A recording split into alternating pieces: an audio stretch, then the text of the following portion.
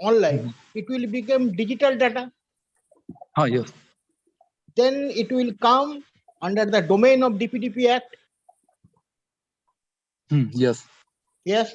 Then my question is, when the salary, status, designation, etc., are in hard copy form in an government office, and subsequently when it is being digitized and uploaded in the online or website, it will become digital data, and no one can seek information from PIO because it comes under the domain of DPDP Act 2023.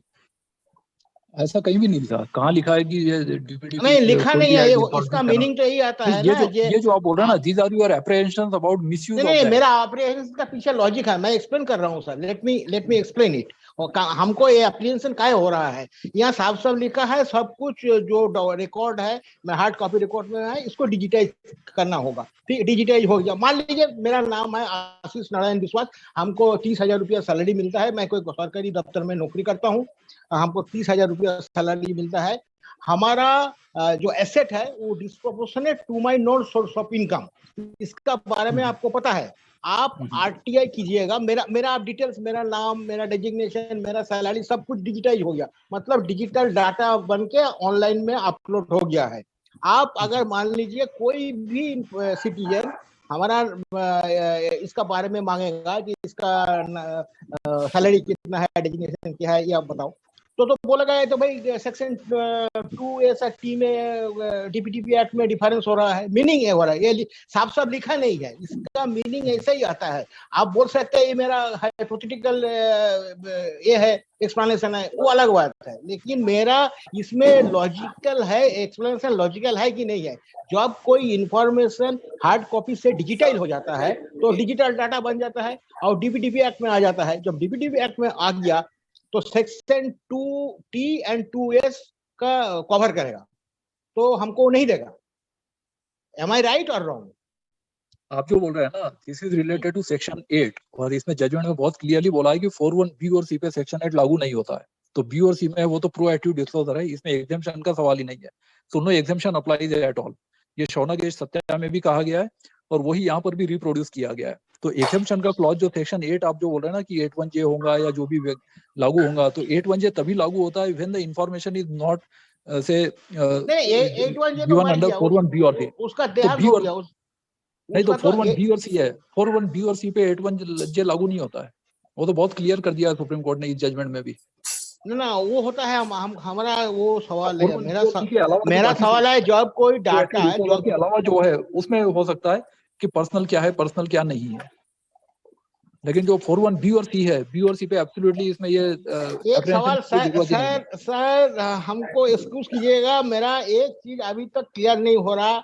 DPDP act 17 अगस्त को पास हो गया है, कानून बन गया, लेकिन आज तक हमको एक चीज मेरा भेजा में घुसा नहीं है। जब कोई इंफॉर्मेशन हार्ड कॉपी में है, नॉन डिजिटल फॉर्म, वो जब डिजिटल हो जाता है तो उसको डिजिटल डाटा बन जाता है।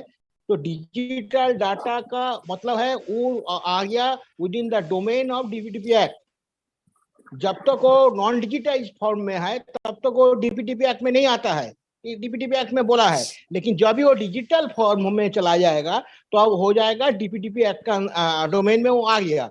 आप DPDP एक्ट का ओवरराइडिंग इफेक्ट है, तो कोई भी इंफॉर्मेशन जो डिजिटल फॉर्म में है उसको अगर हम मांगे तो उसको तो डिनाई होना ही है। कहाँ लिखा है मतलब नहीं, इसका मीनिंग यही हमको समझ में आ रहा है, हो सकता है मैं गलत हूँ। मेरे समझ में जो आ रहा है वो मैं बताता हूँ। अच्छा, पब्लिश करना मतलब something which is open for seeing by all public. तो वेबसाइट पे पब्लिश करते हैं उसके लिए एक प्रोविजन है, दैट इज DPDP एक्ट। अब जब पब्लिश कर दिया तो इसका मतलब सबको दिखता है। जो प्राइवेसी की कंसेप्ट है ना, वो पहले आप समझ लीजिए कि DPDP एक्ट के प्रोविजन क्या है। पहली बात है कि उसकी कंसेंट ली जाएंगी, ठीक है।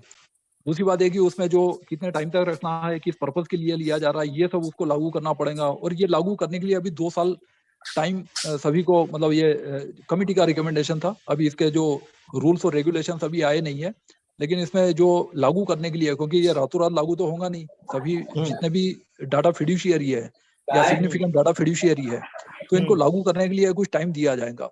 और जो पब्लिश हो गई है तो डेफिनेटली जो पब्लिश हो गई इट इज नॉट कॉन्फिडेंशियल। क्योंकि पब्लिश हो गई इसका मतलब वो कॉन्फिडेंशियल नहीं है, तो वहां पर तो लागू नहीं होता है। तो कॉन्फिडेंशियलिटी और प्राइवेसी, ये दोनों में आपको फर्क समझना पड़ेगा। जो प्राइवेसी है वो ये होता है कि लोग जो वेबसाइट पर अपनी अपनी सूचना देते हैं, जो भी बड़ी वेबसाइट या सिग्निफिकेंट डाटा फिड्यूशियरी कलेक्ट करते हैं, और उसमें 3 डायमेंशन आते हैं। एक है प्रोटेक्ट, क्योंकि गवर्नमेंट की इंफॉर्मेशन है उसको भी प्रोटेक्ट करना जरूरी है, इसलिए उसमें स्टेट को इंक्लूड किया गया है। तो स्टेट की भी जो इंफॉर्मेशन है उसको भी प्रोटेक्ट करना जरूरी है। Protection does not mean confidentiality, इसको कॉन्फिडेंशियलिटी या प्राइवेसी के साथ कंफ्यूज मत करिए। इसमें आता है इंटीग्रिटी ऑफ द इंफॉर्मेशन, कि उसको अनऑथराइज तरीके से कोई मॉडिफाई ना कर सके। दूसरी बात ये कि उसमें आता है कॉन्फिडेंशियलिटी, और तीसरा आता है अवेलेबिलिटी। अवेलेबिलिटी का मतलब 24 घंटे वो राउंड द क्लॉक एक्सेसिबल हो इंटरनेट पर, दैट इज कॉल्ड अवेलेबिलिटी। तो जब हम डाटा प्रोटेक्शन की बात करते हैं तो protection is a very big concept, जिसका एक स्मॉल कंपोनेंट कॉन्फिडेंशियलिटी है, और कॉन्फिडेंशियलिटी का एक कंपोनेंट प्राइवेसी है। अब प्राइवेसी को चूंकि लीगल राइट किया बनाया गया है, और ये लीगल राइट भी सबको दिया गया है। डाटा प्रिंसिपल का अर्थ पूरी 140 करोड़ जनता को ये राइट दे दिया गया है। तो data protection board of India के थ्रू वो उनको क्या क्या इंफॉर्मेशन है जिसको प्रोटेक्ट करना चाहते हैं, तो उसके लिए वो डाटा प्रोटेक्शन बोर्ड के पास जा सकते हैं, और डाटा प्रोटेक्शन बोर्ड देखेगा कि वो इन्फॉर्मेशन जो है वो प्राइवेट है या नहीं है, या प्राइवेसी का किस तरह से उल्लंघन होता है। और इसके बाद जो पब्लिक अथॉरिटी है, सॉरी जो डाटा फिड्यूशियरी है, उसको वो डायरेक्शन देगा कि डाटा फिड्यूशियरी या सिग्निफिकेंट डाटा फिड्यूशियरी को प्राइवेसी के राइट को किस तरह से प्रोटेक्ट करना है। तो जैसे यहाँ पे सूचना आयोग बनाए गए हैं, तो उसी तरह से data protection board of India बनाया गया है।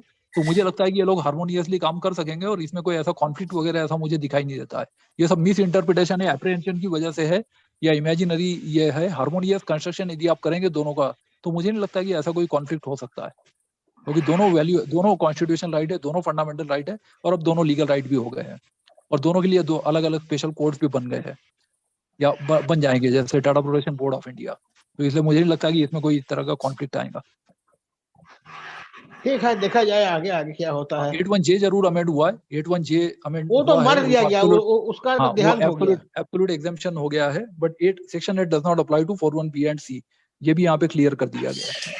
तो जो 41B और C में प्रोएक्टिव डिस्क्लोजर है, उस पर तो ये नहीं होगा। भास्कर प्रभु जी ने भी हाथ हैंड रेज किया है।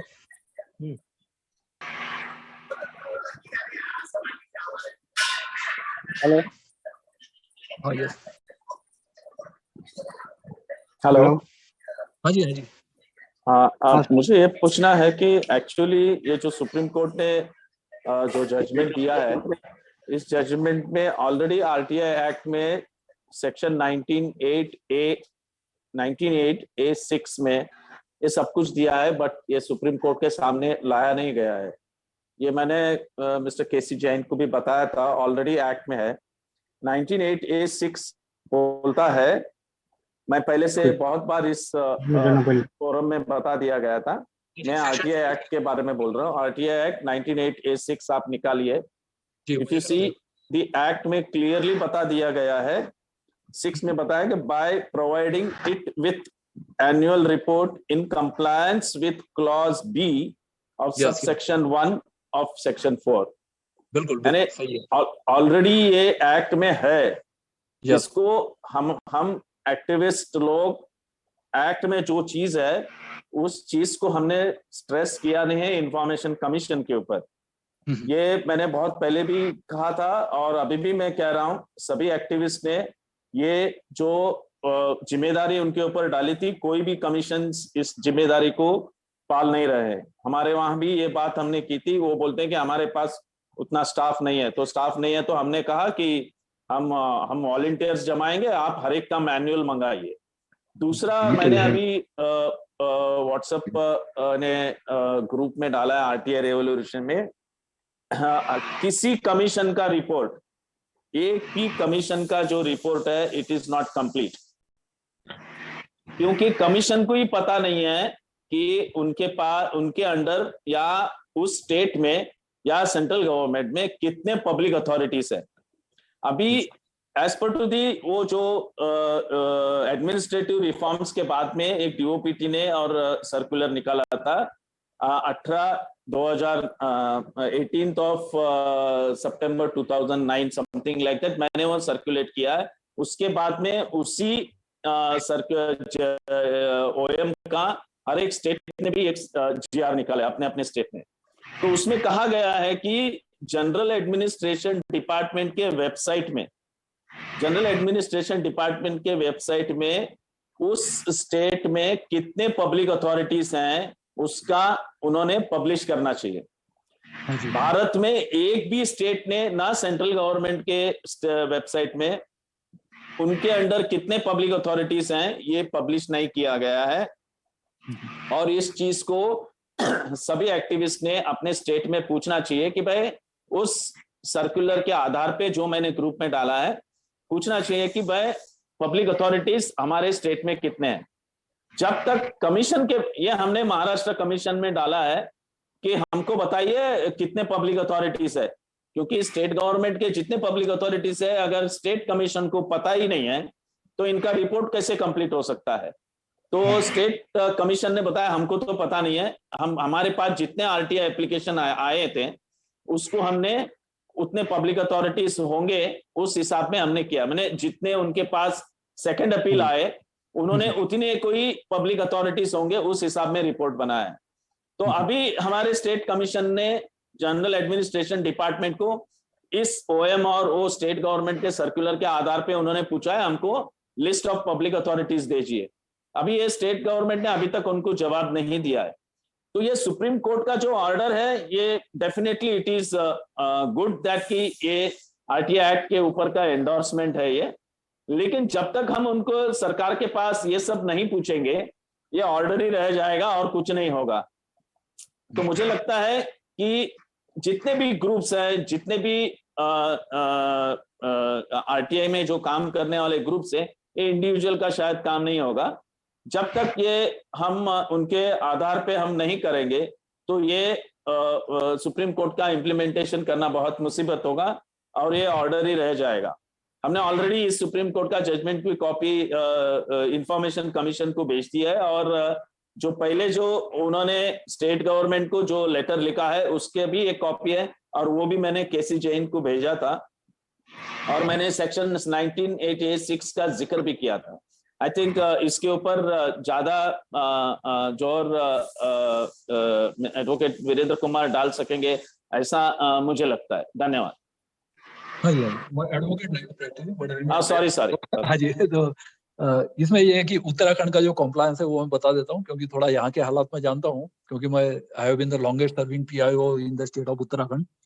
तो यहाँ पर ये होता है कि लगभग जैसा कि आपने बताया फैक्ट बिल्कुल है कि एग्जैक्ट नंबर तो किसी को पता नहीं। तो यहाँ पर लगभग 8,000 पब्लिक मतलब 8,000 पीआईओ है, 2,000 जितने विभागीय अपीलीय अधिकारी है। लास्ट जब आर एस टोलिया साहब जब सीआईसी थे तो उन्होंने एक लिस्ट कंपाइल की थी, I think that was in 2009। इसके पहले 2007 में क्या इंटरप्ट हाँ जी जी मुझे आपके तरफ से मुझे 1986 का सभी को एक्सप्लेनेशन देना अच्छा है ऐसा मुझे लगता है, क्योंकि मैंने बार बार ये बात बताई लेकिन कुछ लोगों का बताने का दरिया शायद, क्योंकि इसमें ऑलरेडी कहा है नहीं, ऑफकोर्स उत्तराखंड ने वो किया होगा, लेकिन मुझे लगता है कि सभी ने क्वेश्चन करना चाहिए कि आप जनरल एडमिनिस्ट्रेशन डिपार्टमेंट के वेबसाइट में ये पब्लिश होना है। हाँ जी, वो बात बिल्कुल सही है आपकी कि as far as GAD is concerned, GAD is the nodal department for implementation of RTI Act within their states और वो डिस्प्ले नहीं कर रहे हैं।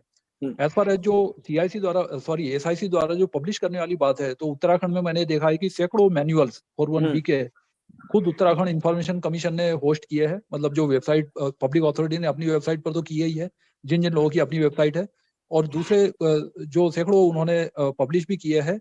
फिर डिफॉल्टर की नोटिस भी टाइम टू टाइम निकाली गई थी, जिसमें I think even CM office वगैरह भी डिफॉल्टर रहा 2-3 साल। फिर बार बार जब नाम आया और फिर मैनुअल जब पब्लिश होते गए तो डिफॉल्टर्स की लिस्ट कम होती गई। उसके बाद फिर जो दूसरी प्रॉब्लम इसमें आ रही है कि there are public authorities with in public authorities, और ये जो डेटा कलेक्शन होता है it is a big problem कि हर साल वो लेटर लिखते हैं, फिर हमको एक लेटर विभाग से भी आता है, एक अपने इंफॉर्मेशन कमीशन से भी आता है। हम उसमें जो कॉपी देते हैं, क्योंकि जो फिगर्स होते हैं उसमें डुप्लीकेशन ना हो जाए या एरर ना हो जाए, क्योंकि हम अपने जैसे इंजीनियरिंग कॉलेज है तो तकनीकी शिक्षा विभाग के अंतर्गत आता है, तो एक रिपोर्ट हम उनको, एक कॉपी उनको भेजते हैं, उसी की एक कॉपी हम वहां भी भेज देते हैं सूचना आयोग को। तो फिर इसमें डुप्लीकेशन। और रही बात, आपने बिल्कुल सही कमेंट किया कि none of the reports is complete.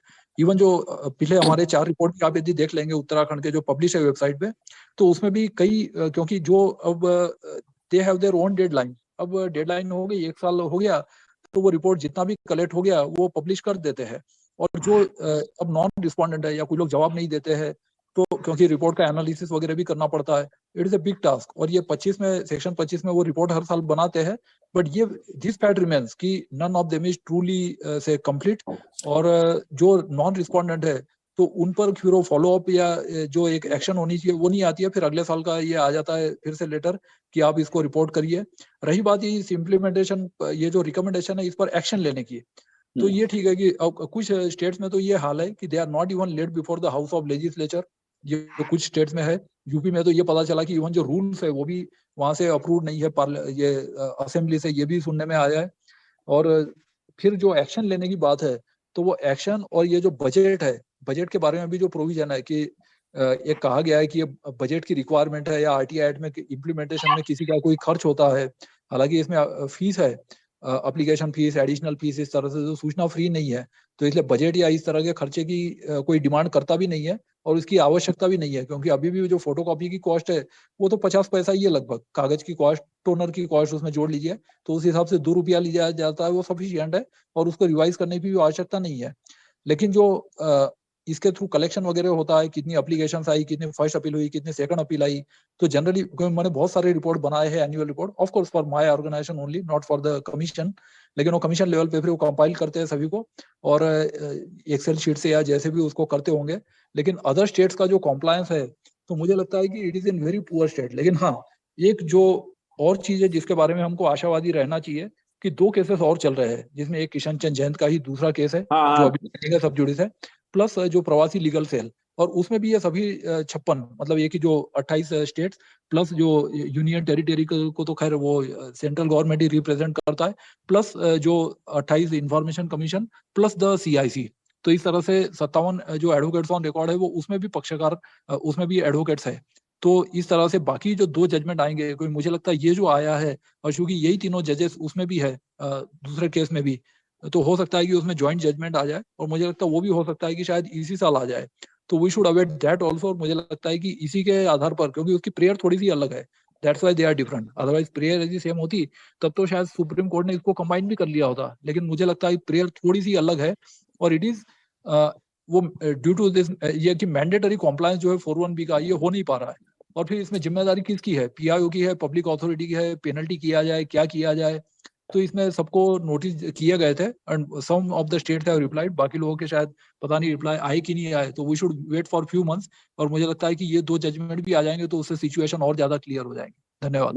ये तो सही बात है। I think we all should appreciate mister K C Jain who has been following it up. So मुझे, लेकिन मैं अभी भी बहुत लोगों को बोलना चाहता हूं कि everybody must read section 19(8)(a)(6) Roman 6, which is the most important section of this ये जो RTI एक्ट का है, जो जिम्मेदारी स्टेट कमीशन के ऊपर और सेंट्रल इंफॉर्मेशन कमीशन, वो कोई भी कमीशन इस चीज के बारे में आप जिक्र वे मौन व्रत धारण करते हैं।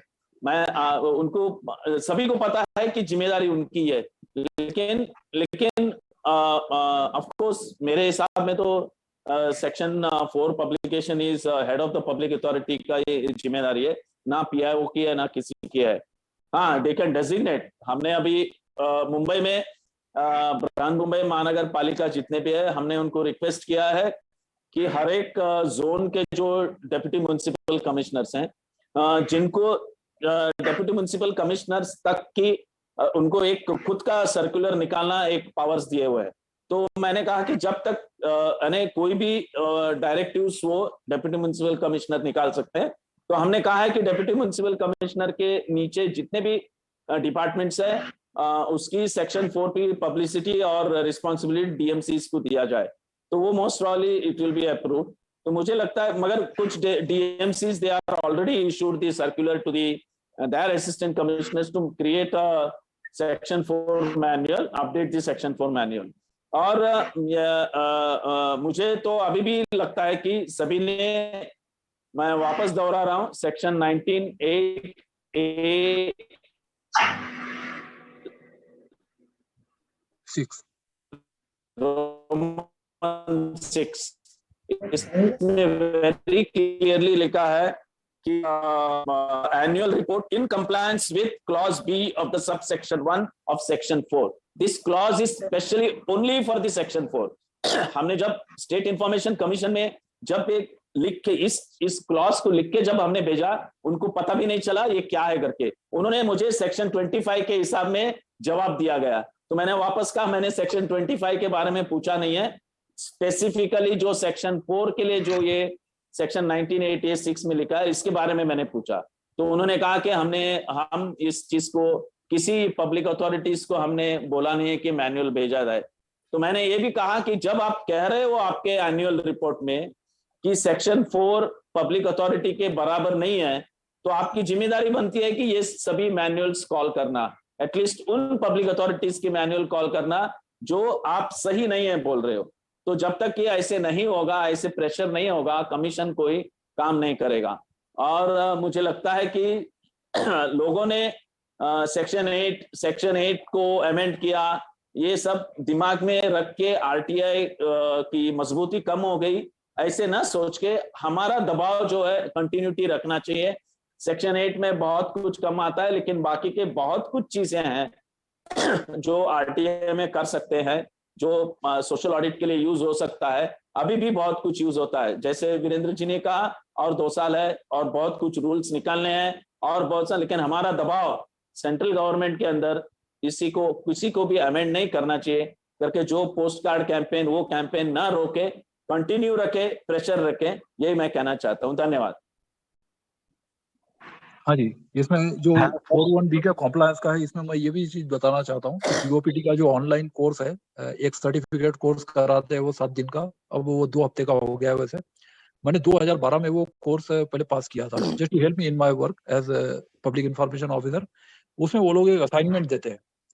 वो असाइनमेंट ये है कि जो भी वो सर्टिफिकेट कोर्स करते हैं, they have to make an application से आरटीआई एप्लीकेशन कि किसी भी पब्लिक अथॉरिटी को, अपने एरिया का है जो भी उनके चॉइस का है, वो किसी पब्लिक अथॉरिटी को एक एप्लीकेशन करके उनके 41B के मैनुअल्स की कॉपी वो मांगे और इस मैनुअल की कॉपी मांग के फिर ये करे। तो मुझे लगता है कि आरटीआई कार्यकर्ता और बाकी जो है वो भी इस तरह से कॉम्प्लायंस चेक कर सकते हैं कि 41B के जो मैनुअल है कौन सी अथॉरिटी के बने हैं, किसके नहीं बने हैं।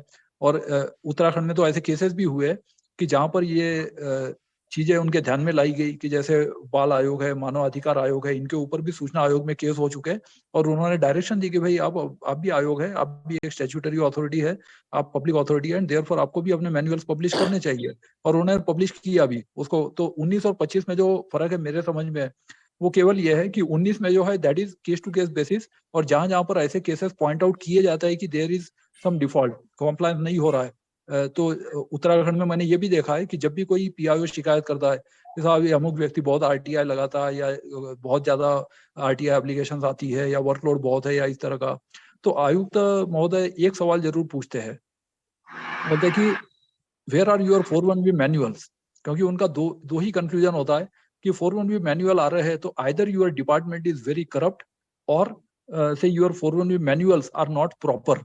तो इसलिए जो भी कि जहां पर पीआईओ ऐसी शिकायत करते हैं तो पहले 41B का कॉम्प्लायंस देखे। 19 और 25 में फर्क फिर ये है कि 19 में केस टू केस बेसिस पर वो ऑर्डर अलग अलग पब्लिक अथॉरिटी को जो भी केसेस उनके सामने आते हैं अपील के रूप में, तो वहां पर डायरेक्शन दे सकते हैं। 25 में चूंकि उनका एक एनुअल रिपोर्ट होती है और उसमें वो स्पेसिफिक मिनिस्ट्री, स्पेसिफिक डिपार्टमेंट और स्पेसिफिक पब्लिक अथॉरिटी के लिए भी रिकमेंडेशन देते हैं। तो वहां पर जो उनको लगता है कि जो ओमिशंस है, कि जिन लोगों ने कॉम्प्लायंस नहीं किया है, जैसे हमारे यहाँ मैंने बताया कि एक defaulter list time to time आती थी और उसमें फिर ये बड़ा एक बैड इंप्रेशन जाता था कि अरे इसमें सीएम ऑफिस का भी नाम डिफॉल्टर्स की लिस्ट में आ रहा है, तो तुरंत उन्होंने ऐड किया और फिर अपने मैनुअल पब्लिश कर लिया। तो इस तरह से, और जहां टेक्निकल डिफिकल्टी थी, बल्कि यहाँ पर ये भी फैसिलिटी थी कि जिसको अपने मैनुअल एग्जामिन कराने हैं तो वो सूचना आयोग से भी एग्जामिन करवा सकता है। मतलब सूचना आयोग भी उसमें बता सकता है कि आपके मैनुअल में क्या कमी है या क्वालिटेटिव क्वांटिटेटिव वाइज इसमें क्या क्या कमी है, ताकि वो उसको कॉम्प्लाई कर सके। इस तरह से आयोग ने भी इसमें पब्लिक अथॉरिटीज को काफी सहयोग दिया था उत्तराखंड में, ये मुझे पता है। धन्यवाद। ठीक है वीरेन जी, यहाँ पर हमारे बीच में भास्कर प्रभु जी, आप कुछ और जोड़ना चाह रहे हैं? Hello sir. हेलो। मैं कुछ एक जोड़ना चाह रहा हूँ कि लोगों ने मैं वीरेंद्र जी से सहमत हूँ, लेकिन फिर भी मैं कहता हूँ कि इसमें स्पेसिफिक का करके नहीं लिखा हुआ है। इसमें जैसे 1986 कहता है bye providing it with an annual report in compliance with, यानी पब्लिक अथॉरिटी की जिम्मेदारी है कि सेक्शन 4 का एनुअल रिपोर्ट कमीशन को भेजना ही चाहिए। It is very clearly written section 8A6 में, रोमन 6 में कहा है बाय प्रोवाइडिंग इट विथ, मतलब क्या है कि आप उनको देना ही है, पब्लिक अथॉरिटी को वो देना ही है। ये मेरा इंटरप्रिटेशन है। तो हम ये कह रहे हैं कि जितने भी एक्टिविस्ट हैं उनको किसी पब्लिक अथॉरिटी के बारे में वे काम करते हैं तो कमीशन को सीधा पूछिए कि भाई आपको ये एनुअल रिपोर्ट भेजा गया है कि नहीं भेजा गया है। अगर नहीं भेजा गया है तो उनसे मंगा के लीजिए और उनको मॉनिटर करना कमीशन के ऊपर जिम्मेदारी डालना बहुत जरूरी है। और वे कम से कम 25 या 30 हियरिंग ऑर्डर्स करना भी जरूरी है, उनके मॉनिटरिंग भी करना जरूरी है। हम महाराष्ट्र में बहुत पहले से करते हैं। First information commissioner mister Joshi जब अपॉइंट हुए थे तब से हम कमीशन के ऑर्डर्स का मॉनिटरिंग करते हैं, जाके कमीशन ऑफिस में बैठते हैं as it is open court. कुछ कमिश्नर्स बोलते हैं ये ओपन कोर्ट नहीं है, तो फिर उसको आपको एजिटेट करना ही पड़ेगा। और ये सब चीजें कमीशन के ऊपर दबाव नहीं लाएंगे तो सूचना अधिकार काम नहीं करेगा। आम आदमी नहीं कर सकता है, आम आदमी को सोमोटो इंफॉर्मेशन मिलनी ही चाहिए। अभी हम दूसरा कर रहे हैं कि हर एक आरटीआई एप्लीकेशन, जो भी आरटीआई एप्लीकेशन करता है, थोड़ा सा अपनी जो इंफॉर्मेशन पूछ रहे हैं वो अगर सेक्शन 4 में बैठता है कि नहीं बैठता है, थोड़ा सा एप्लीकेशन के पहले देख लिया जाए। सेक्शन 4 को पढ़ना चाहिए और पूछना चाहिए कि भाई अगर आपका सेक्शन 4 में इंफॉर्मेशन बैठता है और वो इंफॉर्मेशन अगर उनके वेबसाइट में या आपको सोमोटो इंफॉर्मेशन के तहत नहीं मिल रही है या आपको पीआईओ के पास जाने के बाद में नहीं मिल रही है तो आपको आरटीआई एप्लीकेशन करना पड़ रहा है, तो मुझे लगता है कि हर एक एप्लीकेंट ने उस एप्लीकेशन करने के वास्ते मजबूर करना हुआ मुझे एप्लीकेशन करके, और कंपनसेशन हर एक एप्लीकेशन में आप डिमांड कीजिएगा। क्योंकि कंपनसेशन जब सोमोटो पब्लिश नहीं होती है तो सूचना अधिकार में बता दिया गया है कि आपको जितना भी ज्यादा सेक्शन 4 में बैठता है वो पब्लिश करना है। अगर आपको नहीं मिलती है तो सोमोटो पब्लिश नहीं होता है, आपको आरटीआई एप्लीकेशन करनी पड़ रही है तो आप कंपनसेशन डिमांड करना चाहिए, चाहे वो 1 रुपया होवे आप, लेकिन कंपनसेशन डिमांड के ऑफिशियल चेक या इस आधार पे लीजिएगा। बहुत तकलीफ होती है पब्लिक अथॉरिटी को इस चीज की। तो मुझे लगता है कि आप जो भी आरटीआई एक्टिविस्ट एप्लीकेशन करते हैं या यूजर आरटीआई यूजर्स एप्लीकेशन करते हैं तो पहले देखिए आप जो पूछ रहे हैं वो सेक्शन 4 में बैठता है कि नहीं। अगर सेक्शन 4 में बैठता है तो अगर वो आप पब्लिश नहीं हुई है आप कंपेंसेशन डिमांड कीजिए, तब ये पब्लिक अथॉरिटी सुधर जाएंगे और कमीशन भी सुधर जाएंगे। धन्यवाद। जी सर, इसमें हमारे कॉलेज का भी एक इंसिडेंस में बताना चाहूंगा। जो कॉम्पेंसेशन की बात आपने बिल्कुल सही कही। हमारी कॉलेज में भी एक केस हुआ था कि जिसमें 41B के मैनुअल है वो पब्लिश ना होने की वजह से 25,000, actually it was information on 16 point, जिसमें से 15 पॉइंट और 16वें पॉइंट के भी एबीसी की इंफॉर्मेशन दे दी थी, केवल 1 पॉइंट बचा था। प्लस उसमें ये ध्यान में आ गया आयोग के कि ये इनके 41B के मैनुअल्स कंप्लीट नहीं है, तो मैनुअल्स कॉल किए, फिर जल्दबाजी में पीआईओ ने कुछ बनाया। लेकिन उस केस में ये हुआ कि 25,000 पेनल्टी भी पीआईओ को पड़ गई। Of course I was not the PIO at that time, और 5,000 कॉम्पेंसेशन भी उसको अवार्ड किया गया उस एप्लीकेंट को। तो ये केस हमारे यहाँ पे हुआ है and that was mainly related to this compliance of 41B। इसलिए वो केस मुझे, ये शायद 2010-11 की बात है, तब ये इस तरह का ऑर्डर हुआ था। तो इसलिए सभी जो आरटीआई एक्टिविस्ट है उनको भी इसमें जागरूक रहना चाहिए। और ये भी बहुत क्लियर बात है कि यदि वो 41B या C का मामला है तो डेफिनेटली वो कोई भी एग्जेम्पशन उसमें लागू नहीं होता है। उसमें कोई भी इवेंट बट पीआईओ का नहीं चल सकता और वो डिस्क्लोज करना ही करना है। बल्कि ये जो वॉलंटरी डिस्क्लोजर है ये बनाया भी इसलिए था कि जैसे अमेरिका में भी जब ये लागू हुआ तो चूंकि वो एडवांस कंट्री है तो फटाफट उन्होंने कॉम्प्लायंस किया और सब चीजें वेबसाइट पर आ गई। तो मुझे लगता है कि इसमें डिजिटाइजेशन वगैरह से भी डरने की जरूरत नहीं है, क्योंकि प्राइवेसी, कॉन्फिडेंशियलिटी और उसको कोई अनलॉफुली ऑल्टर ना करे, तो इसलिए प्रोटेक्शन और इंटीग्रिटी और ये सब जरूरी है। अवेलेबिलिटी राउंड द क्लॉक रहे, ये भी एक सिक्योरिटी का डायमेंशन है।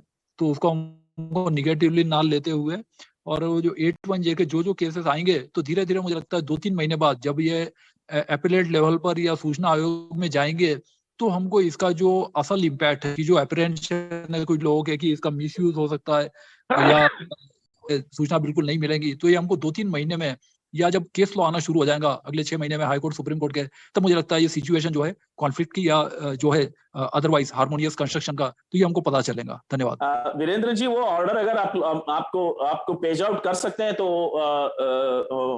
ग्रुप में डाल दीजिएगा, अगर आप पेज आउट कर सकते हैं। प्राइवेट में भेज दूंगा, जो हमारे कॉलेज का है ना, प्राइवेट में मैनुअल से संबंधित है, मैं आपको प्राइवेट में भेज दूंगा, है ना। Thank you very much. हाँ जी, okay, thank you.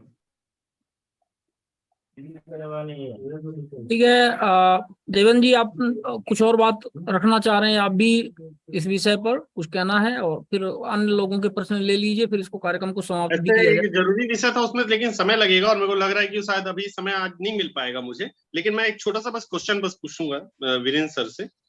Virendra ji, मुझे ये बताइए, जो सेक्शन 25(5) है वो तो ये बोलता है कि जब आयोग को प्रतीत होता है या उसको आभास होता है या उसको ऐसा लगता है कि वो अपने कृत्यों के प्रयोग करने के लिए, उसको समरूपता लाने के लिए कानून के लिए, तब वो 25(5) की सिफारिशें देता है। तो जो 25(5) की सिफारिशें हैं वो ऐसा तो है नहीं कि आप सेक्शन 18 में चले गए और वहां शिकायत कर रहे हैं, या सेक्शन 19 में जा रहे हैं और शिकायत कर रहे हैं, तो वो लोक प्राधिकारी को जो डायरेक्शन जो 19(8) में देता है, 19(8) के डायरेक्शन ना देके वो 25(5) में सिफारिशें देना चालू कर देगा।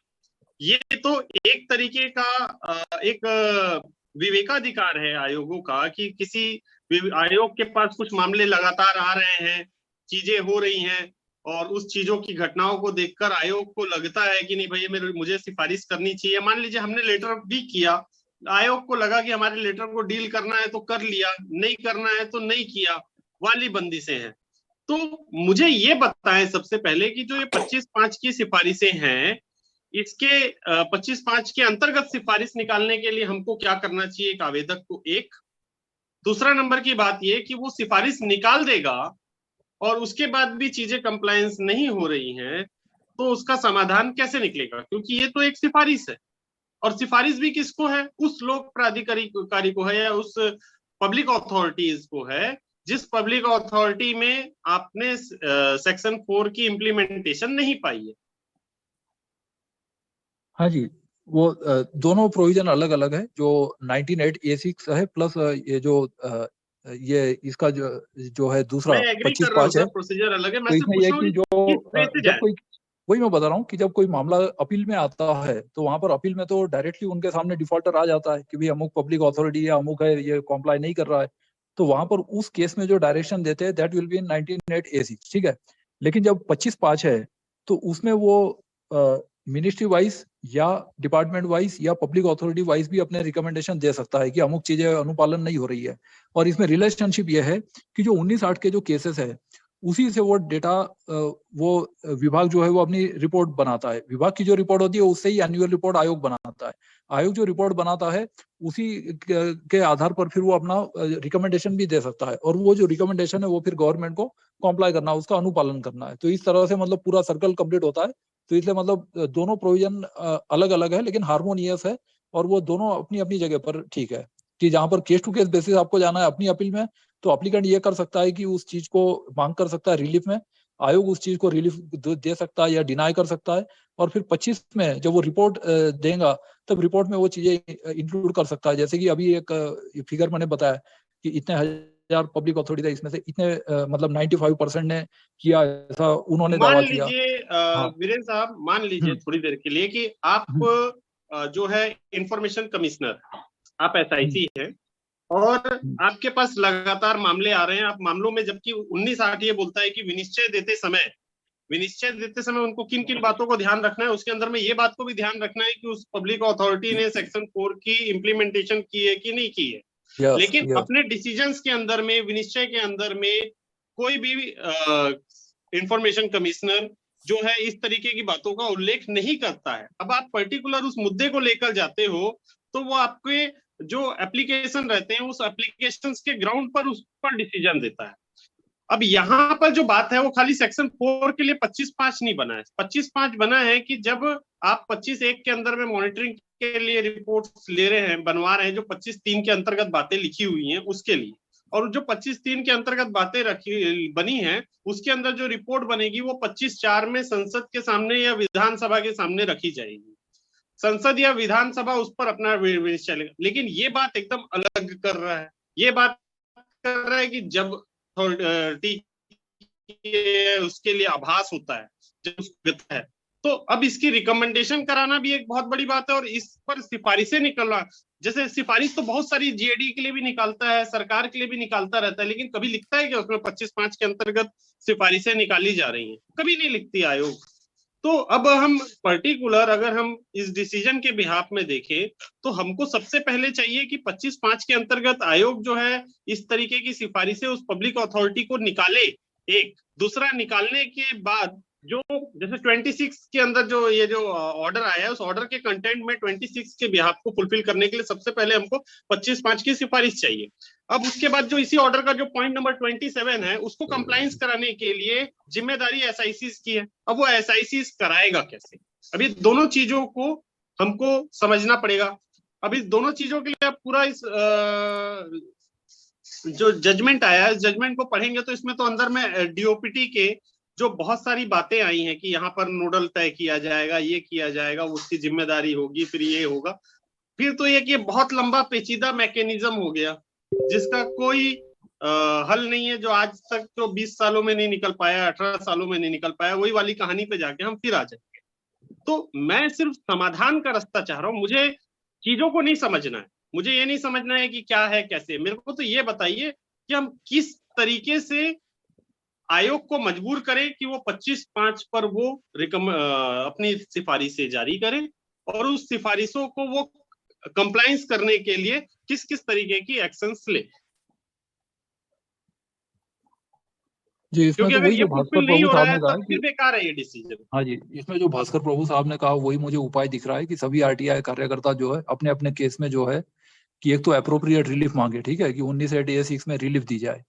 दूसरी बात ये कि जो as far as this reports are concern, तो रिपोर्ट पहली बात तो है कि कई आयोग तो पब्लिश ही नहीं करते हैं, दूसरे जो पब्लिश की जाती है तो वो आरटीआई कार्यकर्ता उसको पढ़ते नहीं है, और दूसरी बात ये गैप देखो, हमेशा लॉ और रियलिटी इसमें गैप हमेशा ही रहती है, क्योंकि जब हम कानून की बात करते हैं तो हम एक आइडियल सिचुएशन की बात करते हैं कि क्या हो रहा है, इट मे और may not be followed in practice. तो प्रैक्टिस में हमको अनुपालन न होना, कॉम्प्लायंस न होना, इलीगल चीजें भी दिखती है, क्रिमिनल चीजें भी दिखती है। तो ये जो है दिस इज नॉट लॉ और it is not in accordance with law, ये हम उस पर कह सकते हैं। क्योंकि अब कॉम्प्लायंस, जैसे मैंने बताया कि हमारे यहाँ तो किसी ने रिलीफ मांगी और उसको ये पेनल्टी भी हो गई 25,000, और रिपोर्ट जो होती है तो उसमें एनुअल रिपोर्ट में ऑर्गेनाइजेशन अपनी रिपोर्ट में डाल देता है कि इतने पीआई हुए जिनको पेनल्टी हुई। इवन पेनल्टी के फिगर्स वगैरह भी पब्लिश किए गए कि टोटल कितनी पेनल्टी साल भर में कलेक्ट हुई, कितनी है जो सब जुडिशियल या कोर्ट्स में चैलेंज की गई, और इस तरह के भी रिपोर्ट्स उसमें आते हैं। तो सभी आरटीआई कार्यकर्ताओं को मुझे लगता है कि इस बारे में विजिलेंट रहना चाहिए। और हाँ जी, वो फाइल में शेयर कर मान लीजिए सर, मान लीजिए कि मैं जो है छत्तीसगढ़ में सिफारिश के लिए मैंने एक एप्लीकेशन लगा दिया आयोग के सामने। मैंने बोला सर ये जजमेंट आया है, जजमेंट के बिहाफ में ये काम जो है आयोग को करना है, और इस विभाग के अंदर में ये चीजें कंप्लायंस नहीं की जा रही है, आप इसके अंतर्गत इस पर सिफारिश दीजिए और एक समय तय करते हुए इसकी कंप्लायंस करवाइए। मैंने ये लेटर लिख के आयोग को भेज दूंगा, आयोग भी मान लो कि सिफारिश निकाल देगा। उसके बाद मैं आपको बीच में इस चीज के बारे में बताना चाहता हूं। मैंने आयोग को डायरेक्टिव्स देने के लिए एक चीज में मैंने जो हमने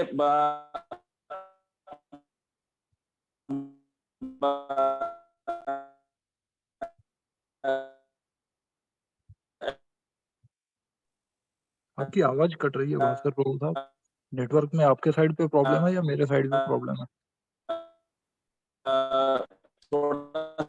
कट रही है सर, आवाज तो कट रही है सर। 4-5 मिनट हमने मैंने कहा कि अभी सुनाई दे रहा है सर? एक बार वीडियो ऑफ कर लीजिए, वीडियो ऑफ कर लीजिए तो बैंडविड्थ आपकी 10 गुना बढ़ जाएंगी, है ना, क्योंकि वीडियो की बैंडविड्थ ऑडियो से 10 गुना होती है लगभग। वीडियो ऑफ कर दीजिए प्लीज। हाँ, वीडियो मैंने ऑफ किया। अभी मैं ये कह रहा हूँ कि हमने एक टेक्निकल एडवाइस, सुनाई दे रहा है? जी बराबर है। हाँ, तो हमने एक टेक्निकल एडवाइजरी कमेटी फॉर्म करने के लिए हमने हमारे म्युनिसिपल कॉर्पोरेशन में फॉर्म किया था। उसके बाद में हमने उसी ढंग से स्टेट में भी होना चाहिए करके हमने आयोग में इंफॉर्मेशन कमीशन में हमने अपील की, और उस आधार पे इंफॉर्मेशन कमीशन ने अंडर सेक्शन 19(8)A के तहत उन्होंने डायरेक्टिव्स दी। अभी ये डायरेक्टिव्स है, यानी it is to be complied. 19(8)A क्या कहता है? In its decision, the Central Information Commission or a State Information Commission, as the case may be, has the power to A, require public authority to take any such steps। यानी वो require public authority, यानी public authority की requirement है, उन्होंने ये करना चाहिए। ये recommendation नहीं है, ये directives है। Such steps as may be necessary to secure compliance with provisions of this act, including, यानी 1 2 3 4 तो वो हाई प्लस रोमन में 1 2 3 4 जो लिखा वो तो high plus what ever the directives given by the commission. इसके आधार पे हमने डायरेक्टिव्स लिए और वो डायरेक्टिव्स स्टेट गवर्नमेंट को भी दिया गया। स्टेट गवर्नमेंट ने उनको पता चला कि ये डायरेक्टिव्स है, not recommendatory. Unfortunately state government इसके अगेंस्ट हाई कोर्ट में गई है। अभी हाई कोर्ट में कोई केस पेंडिंग है। तो मेरा कहना है आप जितना भी 19(8)A के तहत उनको बोलने का कि डायरेक्टिव्स दिया जाए, मैं तो 25 में it is just a recommendation चाहिए तो, मगर एक बार रिकमेंडेशन देने के बाद में अगर स्टेट गवर्नमेंट उस रिकमेंडेशन को एक्सेप्ट नहीं करती है या इंप्लीमेंट नहीं करती है तो कमीशन ने उसका रीजंस पूछना चाहिए। हमारे रिकमेंडेशन का क्यों नहीं आप इंप्लीमेंट कर रहे हैं, उसकी एक्सप्लेनेशन दिया जाए। जैसे कोर्ट में भी अगर कोई भी चीज डालती है तो कोर्ट उस पब्लिक अथॉरिटी को या जीसी को भी भेजती है, एक्सप्लेनेशन पूछती है कि ये इसके बारे में आपका क्या कहना है। तो उन्होंने रिकमेंडेशन देवे या डायरेक्टिव्स देवे, डायरेक्टिव्स को वो ना नहीं बोल पाएंगे, they can go to the court, but recommendations को they can say, they can keep quiet, but unless and until commission states that you please provide the reasons why you are not accepting my recommendations or what are the reasons, and there should be some type of a debate between the public authority and the commission to implement whatever is possible। हर एक चीज possibility हो सकती है, ऐसे नहीं है, लेकिन वो उस चीज का बारे में हम ऐसे प्लान ऑफ एक्शन करके हम कर सकेंगे, ऐसा मुझे लगता है। अभी मैं जाके वो that matter is pending in the court, अभी उन्होंने स्टे लिया, अभी हम बोल रहे हैं कि अभी 6 महीने के बाद तो स्टे वेकेट होता है। आपने अगर वापस आगे स्टे के लिए अपील किया तो हमें उसकी कॉपी दी जाए। तो यानी ऐसे पीछे पड़ते रहना पड़ेगा। That is the only thing that we can do. मुझे वीरेंद्र जी से एक पूछना है, इस सुप्रीम कोर्ट के ऑर्डर के बाद में हमारे कमिश्नर जो हैं वो बोलते हैं कि फर्स्ट एपेलेट अथॉरिटी ने पॉजिटिव ऑर्डर आपको दिया है, यानी इंफॉर्मेशन दे दो करके बोला है, तो आप मेरे पास क्यों आते हो? मेरे पास आके कोई मैं दूसरा कुछ ऑर्डर नहीं दे सकता हूं क्योंकि आपके पास पॉजिटिव ऑर्डर दिया है। जब पॉजिटिव और नेगेटिव ऑर्डर दिया रहेगा तो आप मेरे पास आना सही है, पॉजिटिव ऑर्डर दिया रहेगा तो मैं कुछ नहीं कर पाऊंगा, आपको सिर्फ सेक्शन 18 में जाके या कोर्ट में जाओ। अभी इस चीज के लिए सुप्रीम कोर्ट के इस ऑर्डर में कुछ सॉल्यूशंस या कुछ आप पेज आउट करके मुझे बता सकेंगे क्या? अभी करके नहीं, बाद में भी बता सकते। हाँ जी, मुझे तो इसमें यह लगता है कि जो एडिशनल रिलीफ है, जैसे कि कोई विभाग की जो प्रैक्टिसेस है वो चीज को इम्प्लीमेंट करे, और ये बाकी चीजों के बारे में भी रिलीफ के लिए सूचना आयोग में जाया जा सकता है, और इसके लिए भी अपील में प्रावधान है 19(8)A(6) में, तो वो भी प्रेयर करनी चाहिए। अब कुछ क्वेश्चन है वो ले लेते हैं यूजर्स के। हाँ, ओके। इसमें एक 2014 में डीओपीटी ने एक ऑर्डर दिया था कि ऐसी सुविधा बनाए जिससे सारे आरटीआई एप्लीकेशन और रिप्लाई पब्लिक देख सके, लेकिन शायद ही कोई ऐसा किया है। नहीं, किसी ने तो इम्प्लीमेंटेशन नहीं है। और दूसरी बात, इसमें एक प्रॉब्लम ये भी आई थी कि आरटीआई एप्लीकेंट है, उन्होंने खुद ही अपना ये नाम और ये ना किया जाए, अदरवाइज हम पे खतरे अटैक और ये बढ़ जाएंगे, तो इसे फिर बाद में संशोधित किया गया था इसको। तो इसका इम्प्लीमेंटेशन तो बहुत कम है, और जो सूचना है वो भी पब्लिश इसलिए करनी चाहिए कि उससे जो यदि सुओ मोटो यदि डिस्क्लोजर किया जाए तो उसमें विभाग का जो बार बार का खर्चा आएगी, हर एक को रिप्लाई करो अलग से, तो 6 में लोगों को आरटीआई एप्लीकेशन करने की आवश्यकता ही नहीं रहेगी। दूसरा एक प्रश्न किसी ने पूछा है, कंपेन नंद किशोर सैनी जी का हरिद्वार से, कंपेंसेशन आयोग करे। अब इसका पहली बात तो है कि आपको प्रेयर करनी चाहिए। प्रेयर में यदि ना हो तो आयोग देने से मना कर सकता है कि भाई जो प्रेयर में नहीं है वो। दूसरी बात है कि कंपेंसेशन नहीं का ग्राउंड जो है वो आपको स्पेसिफाई करना चाहिए, क्योंकि जो होता है कि आप लिख दो मेंटल हरासमेंट तो वो चीजें उसमें नहीं आती है। कॉम्पेंसेशन जो होता है एक सिविल रेमेडी है, तो इसमें क्या क्या कॉम्पेंसेशन किस ग्राउंड पे क्यों होना चाहिए, तो ये सब आपको हर एक चीज को जस्टिफाई करना पड़ेगा वहाँ पे। और वो यदि कैलकुलेशन यदि आप बताए तो कॉम्पेंसेशन नहीं मिला तो फिर जो लीगल रेमेडी है वो तो यही है कि हाई कोर्ट में लिए। फिर एक ये कौन है जियोमी, इसमें लिखा है the office manual working on the captioned subject matter deliberation required by the public authorities is explaining that it is the duty of maintain efficiency in administration required for reducing delays and related to accuracy, completeness, correctness, and timely action in the matter. However, neither the timely action taken reports are furnished by the FAA nor the SIC taking any cognizance under these conditions and circumstances how it is possible to continue the RSS and RTS adjudication. हाँ, इसमें compliance की तो problem आ रही है और इसीलिए मामला supreme court तक गया और मुझे लगता है और भी 2 केसेस में जजमेंट आएगा। तो उसके बाद ये हाई कोर्ट में भी, जैसे अभी भास्कर प्रभु साहब ने बोला कि एक मैटर हाई कोर्ट में पेंडिंग है, तो वहां पर भी ये सुप्रीम कोर्ट के इसके आधार पर ही निर्णय उनको लेना चाहिए हाई कोर्ट को। फिर लिखा है who is responsible to enforce efficiency in administration and reducing delays. इसमें देखिए दोनों चीजें हैं, एक तो आरटीआई एक्ट में भी कर सकते हैं कि मेरे प्रत्यावेदन पर क्या कार्रवाई हुई, तो ये इस तरह की सूचना मांगी जा सकती है। दूसरा है कि ये आरटीआई के बाहर भी इसकी रेमेडी हो सकती है, सिटीजन चार्टर कि अमुक कार्य करने में कितना टाइम लगना चाहिए, तो इसके कुछ स्टैंडर्ड गाइडलाइंस है। फॉर एग्जांपल जैसे रेलवे टिकट है, रेलवे टिकट 3 मिनट में मिल जाना चाहिए, बैंक ड्राफ्ट आपको चाहिए तो बैंक से 10 मिनट में आपको बैंक ड्राफ्ट बन जाना चाहिए। तो इस तरह के कुछ उन्होंने चार्टर लागू कर रखे हैं। तो उस तरह से हर गवर्नमेंट के जो सिटीजन चार्टर है, क्योंकि कुछ स्टेट्स में इसके स्टेट एक्ट बने हुए हैं, कुछ जगह पर नहीं है, तो मुझे लगता है citizen charter is a more effective remedy rather than just the RTI act. क्योंकि आरटीआई एक्ट में तो सर्टिफाई करते हैं कि आपने आपके प्रत्यावेदन पर कोई कार्रवाई नहीं की है, और फिर आगे ये भी बोल दें कि कार्रवाई करना लीगली हमारी बाध्यता भी नहीं है, ये भी कुछ लोग उसमें बोल देते हैं।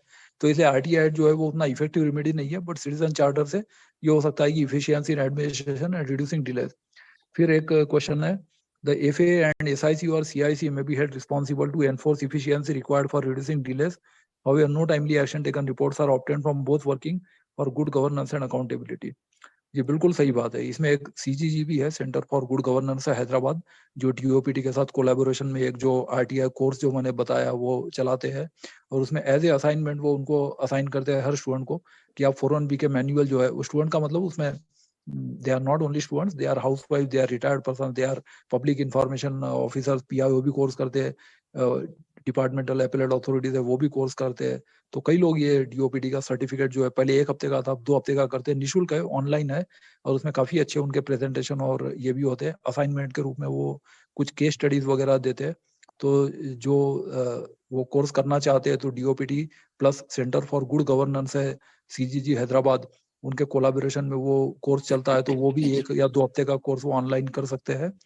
तो इसमें जिम्मेदारी तो खैर सभी की है, पब्लिक अथॉरिटीज की भी है और SIC और CIC की भी है।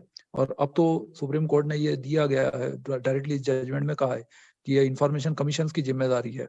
तो SIC और CIC, और इसीलिए सबको प्रतिवादी भी बनाया गया था, रिस्पोंडेंट बनाया गया था कि ये लोग अपना कॉम्प्लायंस क्या है इसका जवाब दे, और इसीलिए सबको अपने अपने वकील भी इसमें खड़े करने पड़े इस केस में। तो मुझे लगता है कि और 2 केसेस का जब जजमेंट आ जाएगा तो अगले कुछ महीनों में सिचुएशन और क्लियर हो जाएगी। और ये जो एक बड़ा एक्सरसाइज है, क्योंकि ये काफी बजट इसमें चाहिए, कंसल्टेंट और आउटसोर्सिंग की सुविधा भी दी गई है, प्लस बजट का भी कहा गया है कि प्लान या नॉन प्लान से भी किया जा सकता है। तो गवर्नमेंट को भी ये मैसिव एक्सरसाइज करना चाहिए ताकि जो 6(1) का जो बर्डन है वो रिड्यूस किया जा सके। और सुओ मोटो यदि मिल जाए तो मुझे नहीं लगता कि कोई भी आदमी 10 रुपए अपनी जेब से खर्च करके कोई एप्लीकेशन करेगा। और क्योंकि जितना ज्यादा है, हर आदमी फ्री डाउनलोड चाहता है, तो यदि फ्रीली ये इन्फॉर्मेशन अवेलेबल हो जाए, जैसे कि उत्तराखंड में PIO की डायरेक्टरी वगैरह भी मिल जाती है, तो ये जितनी इन्फॉर्मेशन सुओ मोटो डिस्क्लोज कर दी जाए, और जो खाली जो टाइम बचता है RTI एप्लीकेशंस का जवाब देके, तो हम इसमें ये भी कहते हैं कि उनको भी खाली टाइम पे जितना भी डिजिटाइजेशन है ये करना चाहिए, क्योंकि हर ऑफिस में कंप्यूटर है, लेजर प्रिंटर है, मोबाइल फोन है, स्कैनर्स है, तो ये सब इलेक्ट्रॉनिक गैजेट्स इंप्रूव हो रहे हैं और धीरे धीरे लोग सोशल मीडिया और इसका भी ऑफिशियली भी गवर्नमेंट यूज कर रहे हैं, अपनी अपनी वेबसाइट बनाते हैं, व्हाट्सएप ग्रुप बनाते हैं, फेसबुक ये पेजेस या प्रोफाइल्स बनाते हैं। तो उस तरीके से डिजिटाइजेशन हो रहा है और धीरे धीरे डेटा डिजिटाइज होते रहना चाहिए।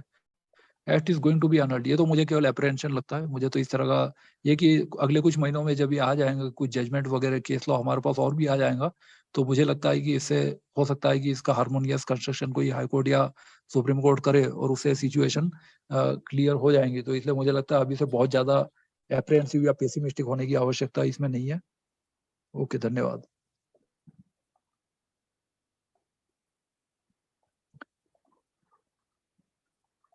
और भास्कर प्रभु साहब, और हैंड रेज करा है विशाल कुमार मलाकार, मांडू, रामगढ़, झारखंड। कोई प्रश्न हो तो। नहीं, मेरा कोई क्वेश्चन नहीं है। इंद्रसेन जी का, अच्छा, इनका तो सिर्फ वीडियो ऑन है, हैंड रेज कर रखा है। पता नहीं कैसे। विशाल कुमार मलाकार जी, कोई प्रश्न है?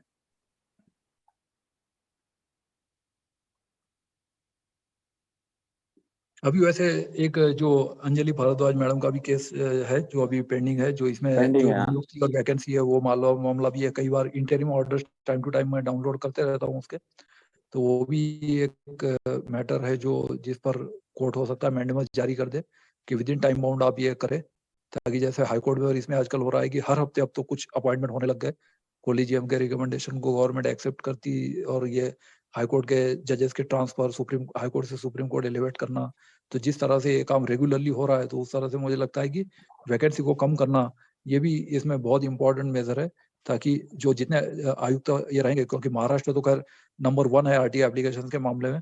मैंने एक जगह कहीं पढ़ा था कि साल में 4,10,000 या ऐसे कुछ अकेले महाराष्ट्र स्टेट में एप्लीकेशन, पता नहीं कौन से ईयर का स्टैटिस्टिक्स मैंने पढ़ा था, तो उसमें ये था कि 4,10,000 और इंडिया में नंबर 1 है सबसे ज्यादा आरटीआई एप्लीकेशन। मुझे लगता है आपके यहाँ शायद बेंच खंडपीठ भी इसकी बनी है क्या, औरंगाबाद नागपुर में? नहीं, अभी तक तो बेंच नहीं बनी। एडिशनल अपॉइंट होने वाले थे, वो नहीं है। हाँ, वो अभी अपॉइंट नहीं हुए, लेकिन वो केवल बॉम्बे में ही है मतलब अभी। लेकिन चलो, वीडियो कॉन्फ्रेंसिंग हो रही हो गया, तो इसमें बेंचेस या सर्किट बेंचेस नहीं भी रहे, क्योंकि इसमें भी किसी हाईकोर्ट का ये था कि एक्ट में इस तरह का प्रावधान नहीं है, तो इसलिए इस तरह की बेंचेस वगैरह एस्टैब्लिश नहीं कर सकते। इस तरह का भी कोई जजमेंट था, तो उसकी वजह से इस पर 2009-10 के बाद वो तो ब्रेक लग फिर गया। सुप्रीम कोर्ट ने फिर उसको रिव्यू और पेंडिंग है वो तो। हाँ जी, यस, वो पेंडिंग है अभी। वो तो कभी होगा नहीं। अगर वैसे वैसा अगर सोचे तो फिर आरटीआई खत्म हो जाएगा। हाँ, क्योंकि वो तो एक्ट में एक्सप्रेस प्रावधान होना चाहिए, क्योंकि बाकी एक्ट जहाँ जहाँ पर है ना कि कहाँ कहाँ पर बेंचेस होनी चाहिए, तो पार्लियामेंट या जो ये लेजिस्लेचर उसमें एक्सप्रेसली ऐसा प्रावधान करता है। तो यदि ऐसा एक्सप्रेस प्रावधान नहीं है, तो फिर ये पावर है या नहीं है, वो एक मतलब लीगली डाउटफुल ग्रे एरिया बना रहता है। तो इसे इस तरह का ऑर्डर आया था जजमेंट का। बल्कि उत्तराखंड में तो ये भी हुआ था कि जब सीआईसी की पोस्ट थी, अकेले सीआईसी बैठे थे और आईसी कोई नहीं था, तो उसमें उन्होंने एंड का स्ट्रिक्ट इंटरप्रिटेशन किया 2009 में कि CIC and not more than 10। तो उन्होंने बोला कि अकेला सीआईसी है तो वो ऑर्डर ही पास नहीं कर सकता। तो सीआईसी है और 4 महीने 2016 में फिर ऐसी सिचुएशन अराइज हो गई and that CIC could not do anything for 4 months. एक भी सुनवाई नहीं हुई, सबकी सैलरी चलती रही, स्टाफ की भी सैलरी चलती रही, but because there was no IC, तो सीआईसी के साथ कम से कम एक आईसी होना जरूरी है, तो ही वो कर सकते। इस तरह का उन्होंने एंड का स्ट्रिक्ट इंटरप्रिटेशन किया था। तो अकेला सीआईसी या अकेला आईसी है तब तो नहीं कर सकते। और झारखंड में इससे भी ज्यादा बुरी हालत हो गई कि यहाँ पर तो ना सीआईसी ना आईसी, कंप्लीट वैकेंसी, पूरा मतलब बेंच ही पूरा, जो आयोग है वही पूरा खाली है। इस तरह की सिचुएशन भी देखने में मिली और हाईकोर्ट ने भी उसमें गलत जजमेंट दे दिया कि जो उसमें ये था कि विपक्ष नहीं है तो जो लार्जेस्ट मेजोरिटी पार्टी है वो भी कर सकती है, उसमें कमेटी में पार्टिसिपेट कर सकती है। इस बात को वो जजमेंट में मतलब नोट ही नहीं किया गया। तो उस चीज को सुप्रीम कोर्ट में चैलेंज किया जाना चाहिए था, ऐसा मुझे लग रहा है, लेकिन वो चैलेंज नहीं किया। और फिर वो चैलेंज नहीं किया गया तो फिर वो अंतिमता प्राप्त कर लेता है। फिर लिमिटेशन, उत्तराखंड में भी यही प्रॉब्लम आई कि 2009 में ये था, अब उसको फिर चैलेंज नहीं किया गया तो वो फाइनलिटी अचीव कर लेता है। और फिर यदि नया करना है तो फिर फ्रेश कॉज ऑफ एक्शन लेके पहले हाईकोर्ट जाना पड़ता है, फिर हाईकोर्ट पता नहीं कितने साल बाद उसको निर्णय देगा, फिर उसके बाद सुप्रीम कोर्ट जाए, तो एक लंबा सर्किटस रूट हो जाता है, बहुत सारा इसमें टाइम वेस्ट हो जाता है। ये भी एक प्रॉब्लम उत्तराखंड में आई थी 2016 में। हाँ जी, और कोई प्रश्न?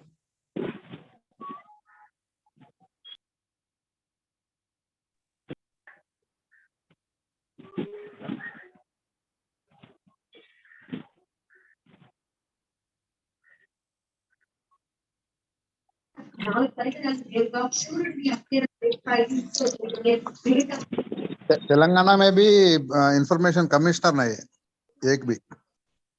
अच्छा, ये नेशनल लेवल पर जो है पूरे स्टैटिस्टिक्स वो अंजलि भारद्वाज केस में दिए गए हैं कि कहाँ कहाँ पर कितनी अपील्स और कितने कंप्लेंट केसेस पेंडिंग है और कौन कौन से आयोग में कितनी कितनी वैकेंसीज है, तो ये भी सब दिया गया है।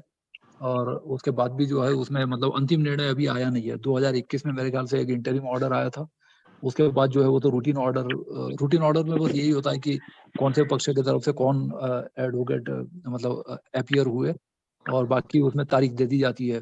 तो इस तरह के जो इंटरिम जजमेंट या जजमेंट्स है वो बहुत ही कम है। वीरेंद्र जी, हाँ जी नमस्कार। हाँ कहिए। जो ये जजमेंट है, जजमेंट में 21 में जो पॉइंट नंबर 21 है, 21 में ये जो है बात करता है कलेक्टिव रिस्पॉन्सिबिलिटी, जो कलेक्टिव रिस्पॉन्सिबिलिटी ऑफ गवर्नमेंट है उसकी। तो जो लेजिस्लेचर्स है उसके लिए 75(3) में संसद में मंत्री कैबिनेट मिनिस्ट्री और 164 में 2 में विधानमंडल की उसकी बात की जा रही है। तो यहाँ पर ये कलेक्टिव रिस्पॉन्सिबिलिटी की बात की है। उसके बाद सेक्शन 25 को फिर कंप्लीट ब्रीफ किया है। फिर 22 में जाके पावर एंड अकाउंटेबिलिटी के लिए इन्होंने हाथों हाथ लेने की बात कही है और उसके अंदर में इन्होंने अकाउंटेबिलिटी को एक केस के जजमेंट को लेके परिभाषित भी किया है। तो आप पर्टिकुलर इस 21 और 22 को पढ़कर क्या समझ रहे हैं, या इस पर आपका क्या व्यू है? मैं आपके व्यू को जानना चाह रहा था। जी, मेरा व्यू यही है कि इसमें जो संविधान के प्रावधान है कि इलेक्टेड गवर्नमेंट है और डेमोक्रेसी में हम यदि इलेक्टेड गवर्नमेंट की बात करते हैं तो अकाउंटेबिलिटी टुवर्ड्स द पीपल, तो ये सर्कल कैसे पूरा होता है वो उसमें इन्होंने कहा है कि सरकार गवर्नमेंट को इलेक्ट करती है। गवर्नमेंट जो है it enjoys the confidence of the majority of the house, legislature में मेजोरिटी एंजॉय करता है और जब तक वो मेजोरिटी एंजॉय करता है तो उनकी एक जिम्मेदारी भी रहती है और जब वो मेजोरिटी यदि वो नहीं होती है तो गवर्नमेंट गिर जाती है। इस तरह से वो जो एग्जीक्यूटिव है, executive is responsible to the legislature. ये बात तो नहीं है जजमेंट में जो आप कह रहे हैं। जजमेंट में नहीं, मैं संविधान की बात कर रहा हूँ। मैं जजमेंट की बात कर रहा हूँ, मैं पर्टिकुलर 164 और 164 की बात कर रहा हूँ। तो संविधान में तो ये है। अब फिर इसमें वो सर्कल कैसे पूरा होता है, वो 25 में कहा गया है कि पहले इंफॉर्मेशन कलेक्ट करेंगे आयोग, और आयोग जो है वो गवर्नमेंट से हर विभाग से इंफॉर्मेशन कलेक्ट करेंगे। कलेक्ट करने के बाद अपनी रिपोर्ट प्रस्तुत करेंगे। रिपोर्ट प्रस्तुत करने के बाद गवर्नमेंट को देंगे। गवर्नमेंट उसको लेजिस्लेचर के सामने ले करेगी और लेजिस्लेचर के सामने ले करने के बाद जो उसके जो रिकमेंडेशन है उस पर वो एक्शन वो ले सकती है। तो ये इस तरह का उसमें वो पूरे पांचों जो क्लॉज है सेक्शन 25 के वो उसमें डिफाइन किया गया है कि जैसा संविधान में उसी तरह का सर्कल यहाँ पर भी सुप्रीम कोर्ट ने देखा है कि अल्टीमेटली जो government responsibility toward the public, toward the people in a democratic Republic, of the people, by the people, for the people है। तो इसका कैसे अनुपालन किया जाए, तो वो इसमें मतलब पैरा 21 में इस जजमेंट में किया गया है। नहीं 21 तो पर्टिकुलर सिर्फ इतना बता रहा है कि जो मंत्रिमंडल है, जो कैबिनेट मिनिस्ट्रीज है, वो रिस्पॉन्सिबल अपने लेजिस्लेचर्स के लिए रिस्पॉन्सिबल है। इस चीज का प्रावधान है 75(3) और 164(2) में। हाँ जी, संविधान में तो इतना ही लिखा है। ठीक है, लेकिन आरटीआई एक्ट में जो है वो भी इतना ही है। तो संविधान के तहत ही बना है।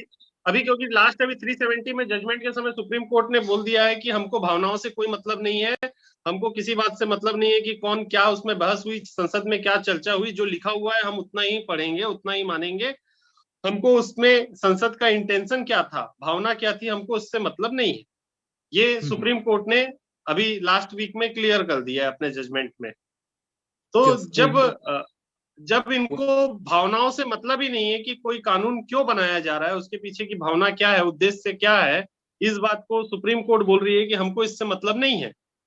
सुप्रीम कोर्ट बोलती है जो कानून में लिखा है, एक एक शब्द जो लिखा है कॉटन मिल वाले उसमें डिसीजन के हिसाब से, कि जो एक एक शब्द लिखा है हम तो उसी को मानेंगे, क्योंकि जो भी कानून बनाया गया है वो बहुत सोच समझ कर बनाया गया है, बस वो इतना मानती है। बिल्कुल सही है। ये इंटरप्रिटेशन के प्रिंसिपल के मुताबिक ही है। कोर्ट क्या करता है कि अब चूंकि जो लिखा है उसी, अब हमको भी बात उतनी ही करनी पड़ेगी जितनी वो कर रही है, क्योंकि इसके पीछे लॉजिक क्या है वो लॉजिक को सुनना ही नहीं चाहती है सुप्रीम कोर्ट।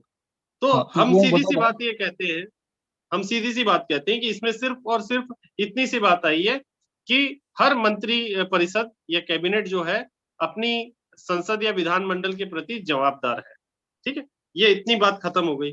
सेक्शन 25 की बात आ गई, जो 25 में जितनी बातें लिखी हुई है सब सेक्शंस में, उसको इन्होंने शॉर्ट में ब्रीफ कर दिया कि भाई ये प्रोसीजर है 25 का, आपको इस प्रोसीजर में इस चीज को आप फुलफिल कर सकते हो।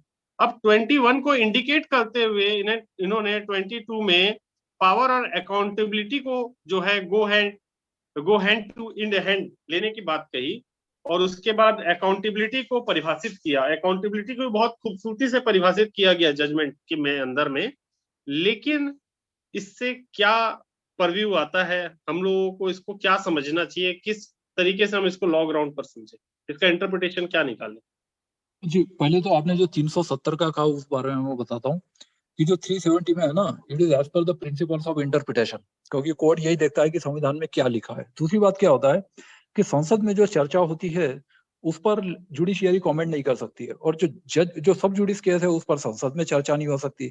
तो ये जो है ये मतलब जो सेपरेशन ऑफ पावर्स का है हमारा, उसके मुताबिक दोनों ही एक दूसरे पर कमेंट नहीं कर सकते।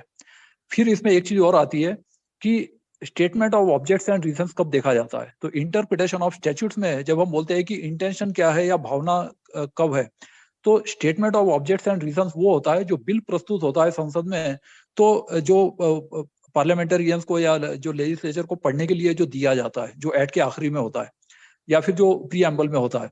तो यदि कोई प्रोविजन पढ़ने से समझ में ना आए, या ये अमुक का और ये प्रावधान बनाया गया, ये क्यों बनाया गया, वो यदि समझ में नहीं आता है, तो ही फिर statement of objects and reasons या इंटेंट ऑफ द लेजिस्लेचर देखा जाता है। तो इंटेंट ऑफ लेजिस्लेचर ऐसा नहीं है कि बिल्कुल ही नहीं देखा जाता है, वो देखा जाता है, but the sequence comes only if the provision itself is not clear. तो हमेशा कोर्ट पहले ये करता है कि जो भी एक्सप्रेस प्रोविजन है, कि यहाँ पर उनका ये कहना था कि भाई 370 में ही 370(3) में दिया गया है कि किस तरह से इसको खत्म किया जाएगा।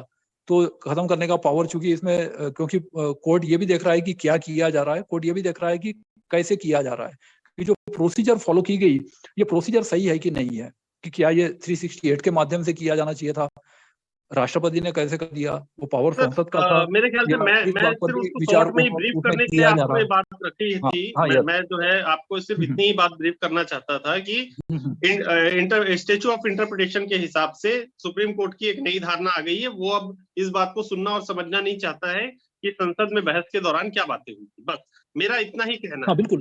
लेकिन मैं अभी आपसे जिस जजमेंट पर आज का जो मीटिंग रखा गया था, मैं उस मीटिंग के परव्यू में इसका इंटरप्रिटेशन चाहता हूं कि मैं समझ नहीं पा रहा हूं कि 21 में इन बातों को समझा तो रहा है, लेकिन 22 के जरिए से बातें एक इंटरप्रिटेशन के हिसाब से फिट नहीं बैठती है। क्योंकि जवाबदारी, जिम्मेदारी एक तरफ वो बता रहा है मंत्री परिषद की है।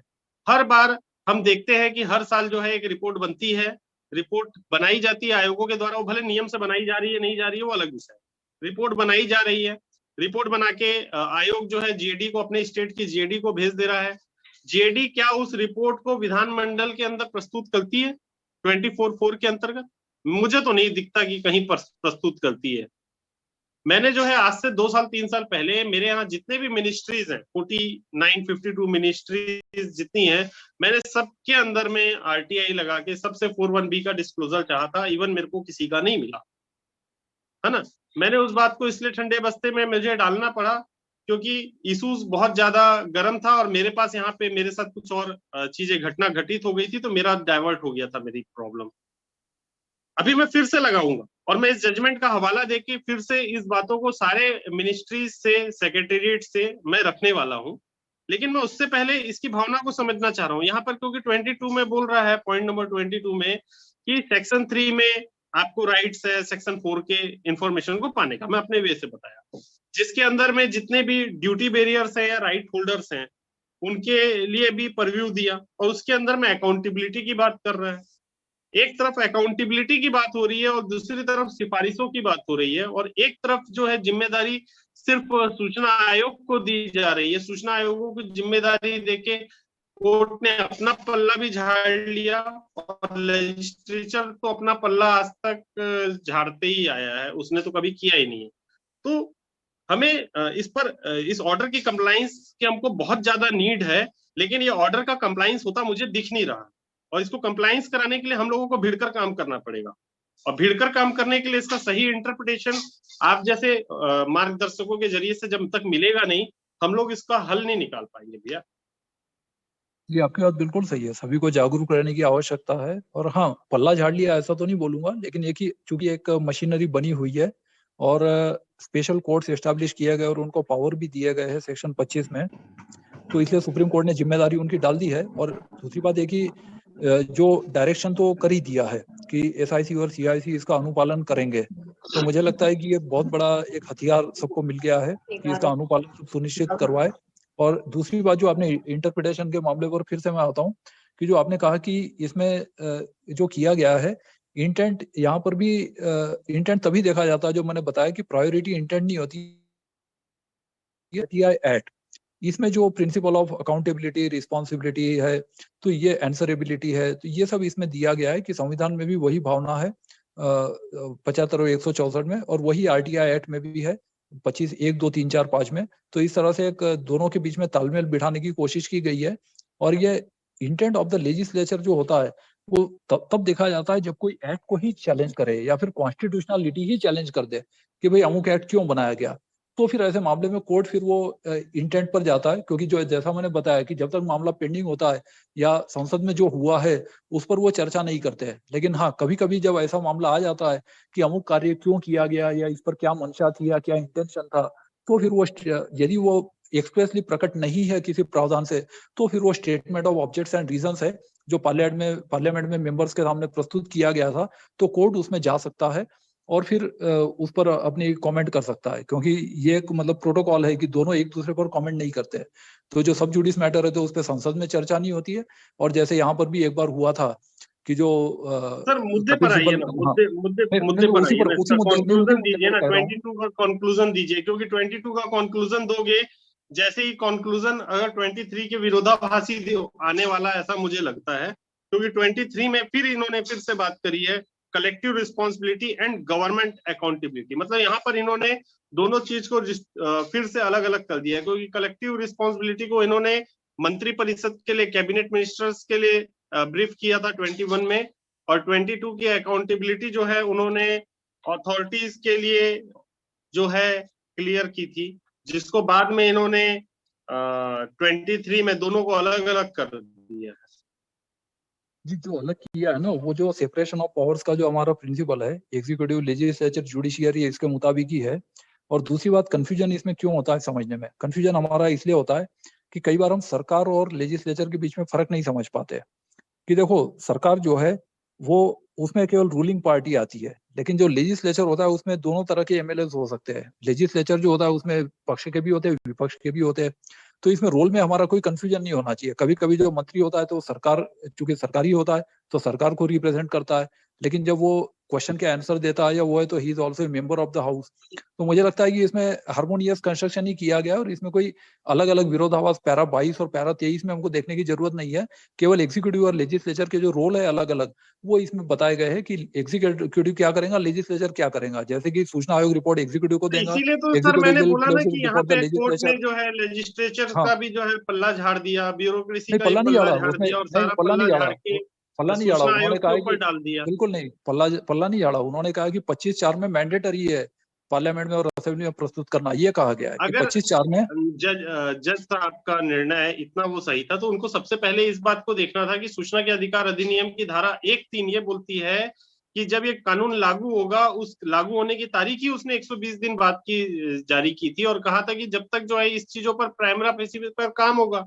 ऐसे कई सारे डायरेक्शन 15-20 सालों में आ चुके हैं, कई बार जजमेंट्स आ चुके हैं सेक्शन 4 के रिलेटेड मैटर्स पर, लेकिन आज दिन तक नहीं हुआ है।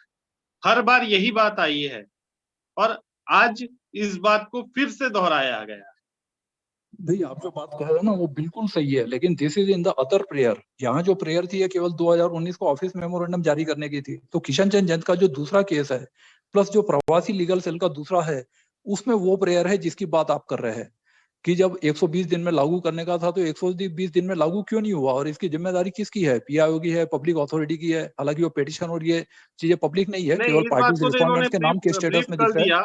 इन्होंने यहाँ पे ब्रीफ किया हुआ है। अगर हम इससे पहले के डिसीजन के पहले के पॉइंट्स में पढ़ते हैं तो पहले के पॉइंट्स में इन्होंने DOPT के जितने भी डायरेक्शंस आए थे, डायरेक्शन जो 2019 या 2016 के आसपास के जो डायरेक्शन थे, 2016-2013 के, उन सारे डायरेक्शंस को इन्होंने इस पे मेंशन किया और उसमें बताया कि ऐसा ऐसा करना था, इस चीजों को वर्कफुल करने के बाद ये प्रोसीजर होना था, सारी बातों को उन्होंने ब्रीफ किया हुआ है। ये तो डीओपीटी के कंप्लायंसेस के लिए ही ये डिसीजन था, मुझे तो लगता है। हाँ यस, तो इसमें प्रेयर के लिए इतनी ही थी पेटिशनर की। ठीक है, तो ये डीओपीटी के कंप्लायंसेस के लिए था, लेकिन डीओपीटी का जो कंप्लायंसेस है वो तो आज दिन तक हुआ ही नहीं, और ये कंप्लायंसेस की बात इसमें भी नहीं हो रही है। इसमें सिर्फ और सिर्फ एक बात बता दी गई है कि 25/5 में सिफारिश दे सकता है और इसको सुनिश्चित कराने का काम सूचना आयोग का, बस। हाँ, जब तो इतनी सारी बातें की गई है, कलेक्टिव रिस्पॉन्सिबिलिटी की बात की गई है, गवर्नमेंट अकाउंटेबिलिटी की बात की गई है, तो ये बात कहाँ गई? इसकी रिस्पॉन्सिबिलिटी कैसे प्रोसीजर में तय नहीं किया गया इस जजमेंट में? ये तो चैलेंजेबल सब्जेक्ट है। वो देखिए उसमें है ना, वो चेन कंप्लीट नहीं हो पा रही है जो 25, 1, 2, 3, 4, 5 में कही गई है। वो चेन क्या है, जैसे कि प्रैक्टिकली आपने बिल्कुल सही बताया। पहली बात तो रिपोर्ट ही प्रस्तुत नहीं की जाती, कई आयोग टाइमली रिपोर्ट प्रस्तुत नहीं करते। दूसरी बात, प्रस्तुत करते हैं तो वो गवर्नमेंट को नहीं भेजते, गवर्नमेंट को भेजते हैं तो गवर्नमेंट वो संसद के सामने या उसके सामने ले नहीं करती है, वहां पे ले करती है तो उसके बाद फिर वो उसके जो रिकमेंडेशन है उस पर कई बार कार्रवाई नहीं होती है। तो ये जो चेन है जो कंप्लीट होनी चाहिए, वो चेन कंप्लीट होगी तभी ये पावर और अकाउंटेबिलिटी की बात कंप्लीट होगी। वो यदि नहीं होती है, कहीं ना कहीं गैप रह जाती है, तो अलग अलग स्टेट में या सेंट्रल लेवल पे अलग अलग जगह पर गैप है। और दूसरी बात एक ही, जो 120 डेज का जो मैंडेट था शाल कि कंपलसरी करना ही करना है, तो अब उसमें मुझे लग रहा है कि वो इस केस में तो खैर प्रेयर में नहीं था, लेकिन इसमें एक प्रैक्टिकलिटी की बात आई कि 41B तो मैंडेटरी है, सी भी कहा गया है, लेकिन जो बाकी उन्होंने कहा कि it is left to the resources, और हम ये बोल सकते हैं दूसरे शब्दों में कि स्वीट विल ऑफ द से गवर्नमेंट, कि वो इम्प्लीमेंट करना है तो करे, नहीं करना है तो ना करे। तो ये जो संसाधन पे छोड़ दिया गया है, तो वो एक केवल इनेबलिंग प्रोविजन है, और उसकी वजह से जो 41B का मैंडेट है वो फॉलो नहीं हो रहा है। ये अगले केस में जब जजमेंट आएगा तब हमको पता चलेगा कि उसमें क्या एक्शन ली जाती है, क्योंकि इसमें तो केवल आयोग को कहा गया और आयोग अपना रिकमेंडेशन दे देगा। ये कब तक आने का है संभावना, जजमेंट आने की? मुझे लगता है अगले कुछ महीनों, हाँ ये नहीं, बहुत सारे इंटरिम जजमेंट, मतलब 15-20 इंटरिम जजमेंट आ चुके हैं दोनों केस में, और वो दोनों केस क्लब भी हो चुके हैं, मतलब कंबाइंड है। तो ये भी हो सकता है कि कंबाइंड जजमेंट आ जाए प्रवासी legal cell plus Kishan Chand Jain का जो दूसरा केस है। तो मुझे लगता है ये भी हो सकता है कि उसमें सिंगल जजमेंट आ जाए दोनों केस में, ये भी पॉसिबल है। अगले कुछ महीनों में आ जाना चाहिए मुझे लगता है, क्योंकि सेम बेंच है, यही 3 जजेस, यही 3 ऑनरेबल जस्टिस उसमें है, तो मुझे लगता है ये भी जल्दी आ जाना चाहिए। तो let us wait for that. और तब तक फिर ये डीपीडीपी बिल और इसका भी क्या होता है, ये भी हमको अगले 3 महीनों में 6 महीनों में इसका इम्पैक्ट दिखना शुरू हो जाएगा। ये ओप्पो सीपीएच कौन है, उनका क्या सवाल है? Oppo CPH. हेलो सर, नमस्कार। हाँ नमस्कार। हाँ जी सर, मेरा एक प्रश्न है कि मुझे एक विभाग से कवरिंग लेटर पे, मतलब नॉर्मल पत्राचार था, उसमें अपने कवरिंग लेटर पे उन्होंने मुझे डॉक्यूमेंट, एक सूचना भेजी साधारण पत्राचार पे, और अभी मैं उसी विभाग के अगेंस्ट जो उसने कवरिंग लेटर में लेटर एक अनेक्स करके भेजा था, उसको मैं प्रोड्यूस करना चाह रहा हूँ। और तो मैं क्या उसको अगर कोर्ट में या कहीं प्रोड्यूस करता हूँ जुडिशरी में, तो उसकी अथेंटिसिटी क्या होगी जो उसने मुझे कवरिंग लेटर के साथ जो एक अनेक्स कॉपी दी थी, तो या उसमें कुछ छेड़छाड़ कर सकता है अपोजिट पार्टी जिस विभाग ने दी, या फिर उसको ऑथेंटिकेट माना जाएगा अगर मैं कोर्ट में उसको प्रोड्यूस करता हूँ? तो उसमें ऐसा होता है, कोर्ट हर एक चीज को सही मानता है, क्योंकि साइन आपको करना है, सर्टिफाइड कॉपी आप लगाएंगे, ठीक है ना। फिर यदि सामने वाला पार्टी यदि ऑब्जेक्ट करता है कि हमने नहीं दिया है, नहीं या कुछ चेंज हुआ, या तो फिर ये प्रश्न उठता है। अदरवाइज है कि उसमें आप सीधा सर्टिफाई करके दे सकते हैं, क्योंकि आपको यदि मिला है, बाय पोस्ट मिला है या जैसे भी मिला है, ओके ओके आप उसको प्रोड्यूस कर सकते हैं। हर चीज में आपको ओवर डिफेंसिव या ये होने की जरूरत नहीं है, हर चीज साबित करने की भी जरूरत नहीं है। यदि वो डिनाई करते हैं कि हमने ऐसा नहीं किया है ना, तब फिर आपको उसमें आगे बढ़ सकते हैं कि भाई ये चीज का सबूत कैसे लाया जाए या इसको कैसे प्रमाणित किया जाए, वो फिर बड़ा हो सकता है या कोर्ट कह सकता है ना। तो इसलिए उसमें ज्यादा वो करने की जरूरत नहीं है, सीधा आप उसको प्रस्तुत करिए, क्योंकि ऐसा तो बहुत रेयरली होता है। कई बार क्या होता है कि लोग खुद ही अननेसेसरीली मतलब एप्रीहेंसिव रहते हैं कि हर चीज को ऐसे प्रस्तुत करना है, जबकि आरटीआई एक्ट नहीं था तभी दुनिया चलती थी, तभी इंडियन एविडेंस एक्ट के मुताबिक भी लोग काम करते थे। तो कई प्रिजम्पशन होते हैं डॉक्यूमेंट्स के बारे में, तो बहुत सारे ऐसे डॉक्यूमेंट है कि जिसको साबित करने की हमको आवश्यकता नहीं होती और कोर्ट उसको मान लेता है। तो यदि वो हमको इमेजिनरी क्वेश्चन के बजाय या इमेजिनरी एप्रीहेंशन के बजाय यदि वो एक्चुअली ऐसी रियल सिचुएशन आती है तो ही हमको उसमें ध्यान देना चाहिए, अदरवाइज ऐसे क्वेश्चन अराइज होते नहीं है नॉर्मली। धन्यवाद। ओके ओके सर, ठीक है सर, थैंक यू सर। एक और हैंड रेज है शायद। Routine works of the government, comment chat box में लिखा है, are overlooked nowadays and the struggle for the RTI and RTS is going to challenge the working as explained by Shri Devendra Agarwal from party activist। हाँ, ये तो खैर दोनों के बीच में बैलेंस होनी चाहिए, गवर्नमेंट का वर्कलोड प्लस RTI वर्कलोड, और इसीलिए सेक्शन 8, 9, 10, 11 बनाए गए हैं एक्ट में। गवर्नमेंट की मेंटेनेंस और इफिशियंसी बनाए रखना प्लस जो कॉस्ट है, कॉस्ट इफेक्टिवनेस, ये भी बनाए रखना इंफॉर्मेशन देने का, तो ये दोनों के बैलेंस बनाए रखने के लिए ही ये किया गया है। तो द्विवेदी जी है मीटिंग में, शिवानंद द्विवेदी जी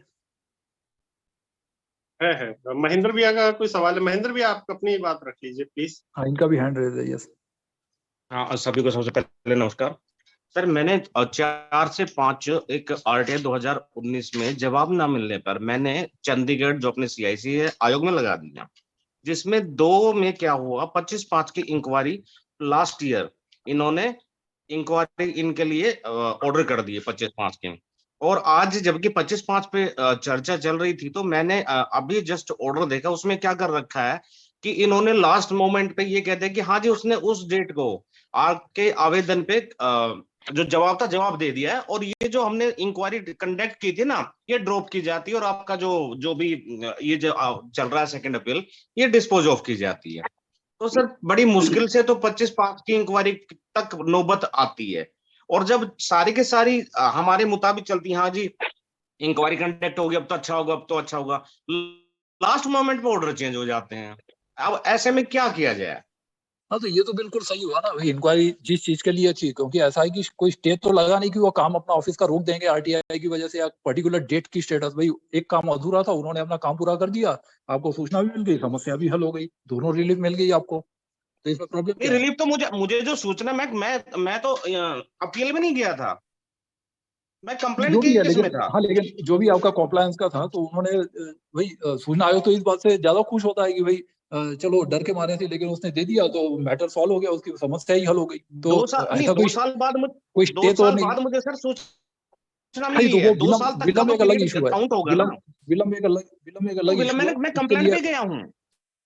हाँ, तो वो फिर सूचना आयोग देखेंगे उस कंप्लेंट में कि विलम्ब जो हुआ है, क्योंकि उसमें जो सूचना जो होता है वो ये देखते हैं कि उस चीज का कॉम्प्लायंस हो जाए, और यदि आपकी समस्या भी सॉल्व हो गई तो फिर मैटर ही सॉल्व हो गया, सूचना भी मिल गई, प्रॉब्लम भी सॉल्व हो गई, तो अब क्या प्रॉब्लम है? और विलम्ब के लिए यदि जाना चाहते हैं या कॉम्पेंसेशन मांगना है तो उसमें फिर आप फ्रेश केस कर सकते हैं, तो उसमें फिर आपको बताना पड़ेगा कि इसकी वजह से आपको कंप्लेंट केस में गया हूँ।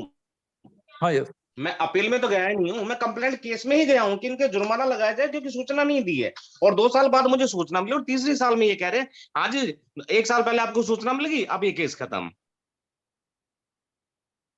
हाँ, तो उसमें वैसे भी सूचना आयोग जो है उसमें इंटेंशन और ये सब चीजें देखता है, तो 18 में आपने जो पैरवी की है उसमें क्या क्या आपकी प्लीडिंग है वो सब देखना पड़ेगा, आयोग ने अपने निर्णय में क्या कहा है वो देखना पड़ेगा, तब पता चलेगा।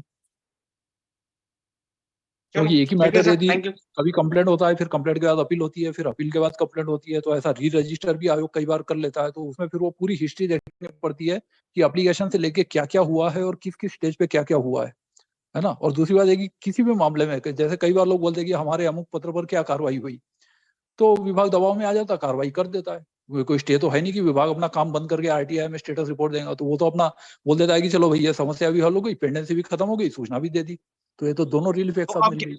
तो ऐसा कई बार क्या मुझे दोबारा लेटर डालना चाहिए? नहीं, उसमें आपकी समस्या तो हल हो गई ना, उसमें आपको सूचना तो मिल गई है। सर 2 साल बाद समस्या मैंने ये कहा था, अब आपका नुकसान हो गया है, आपका नुकसान हो गया है, तब फिर आप उसमें कॉम्पेंसेशन वगैरह मांग सकते हैं कि ये 2 साल किस में जाऊं, अपील में जाऊं, कंप्लेंट में जाऊं? कंप्लेंट में कर सकते हैं, कंप्लेंट में आप कॉम्पेंसेशन मांग सकते हैं, है ना, कंप्लेनेंट वर्ड है ना, तो उसमें कंप्लेंट में भी कर सकते हैं। अपील तो ऑलरेडी डिसाइड हो गई, सूचना मिल गई है। नहीं, अपील नहीं, मैंने अपील डाली ही नहीं है सर, मैंने तो कंप्लेंट डाली है, क्योंकि जब मुझे 1.5 साल हो गया, मुझे सूचना मिली नहीं। कंप्लेंट है तो इंतजार करिए फिर। तो डिस्पोज ऑफ तो कर ही दिया है, अब इंतजार अच्छा किस डाली चीज का है करूं? बोल रहे, अच्छा डाली है, मैं समझा डाली सर ये थी। डिस्पोज ऑफ जो हुआ है ये कंप्लेंट पे हुआ है, जब मुझे अच्छा सूचना ओके, चाहिए थी। तो एक्चुअली कंप्लेंट मैं डाली बताता हूँ थी, क्या सर, ओके अच्छा मतलब हो गई मैं है, बताता कंप्लेंट हूँ। डिस्पोज हो गया है। हाँ डिस्पोज ऑफ कर दिया है, अच्छा अच्छा, मैं डाली है ऐसा समझा, है मतलब पेंडिंग है ना, डाली थी मतलब डिस्पोज हो गई है, मैं वो डिस्पोज उस हो तरह गई से है। अर्थ निकाल रहा हूँ। हाँ यस ओके, जी जी, अब तो क्या डिस्पोज करूं हो मैं? गया तो फिर आप हाई कोर्ट में जा सकते हैं। यानी अब कि आप फिर हाई कोर्ट में इनकी जा सकते हैं। रिस्पॉन्सिबिलिटी जो आयोग है, आयोग की रिस्पॉन्सिबिलिटी इसमें कुछ नहीं, उन्होंने अपना कर दिया, उन्होंने देखा नहीं, सोचा नहीं, समझा नहीं नहीं। इसीलिए तो ये हाई तो कोर्ट फिर हम बने हैं तो ना, सब कुछ आयोग ही करेंगे तो नहीं हाई कोर्ट बने सुप्रीम तो कोर्ट की फिर हैं। जरूरत ही नहीं थी भाई। ये जो इसमें मामले हाई कोर्ट सुप्रीम कोर्ट भी जाते ही है, तो यदि आप संतुष्ट नहीं है तो लीगल रेमेडी यही है, हाई कोर्ट आप जा सकते हैं। महेंद्र भैया, ठीक है इसमें आप एक काम जी करिए। महेंद्र भैया, जी भैया, जी भैया। मैं एक दो ठो उपाय बता रहा हूँ, थोड़ा सा आप आजमा के देख सकते हैं। जी जी आप इनको बोलिए कि जो आप सिफारिशें आपने दी है और जिस सिफारिश के अंदर में जो कंप्लायंसेस की चीजें नहीं आई हैं, उसके जी संबंध में आपके रिपोर्ट में उस प्राधिकरण के लिए आप बात लिखिए कि आपने अपनी सिफारिशों में या रिपोर्टों में उस बात का उल्लेख किया है कि नहीं किया, और अगर किया है तो उसकी जो कॉपी है वो संसद या विधानमंडल के पास रखी गई है कि नहीं गई है। ये संबंध जी में आप मतलब कुछ इस टाइप की रिलेटेड कुछ इंफॉर्मेशन बनाते हुए थोड़ी सी उंगली कीजिए, आयोग को भी समझ में आए ठीक है।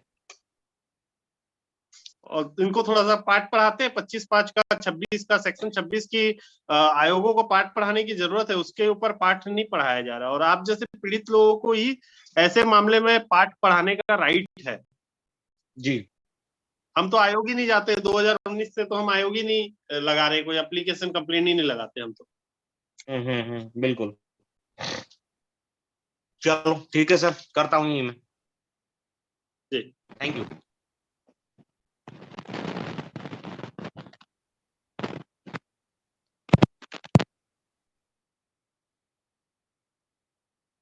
जी हरीश भैया बोलिए।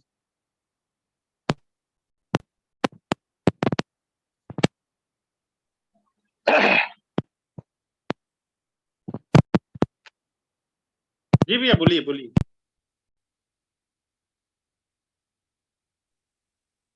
हाँ और कोई है, हरीश जी बोलिए। और कोई है, मीटिंग कंप्लीट की जाए। एक हैंड रेस दिख रहा है। ये हरीश सोलंकी जी का हैंड रेज है।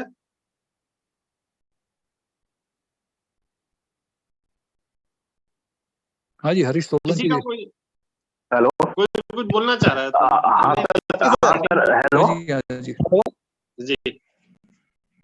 मैं हरीश सोलंकी सर। हाँ जी पूछिए।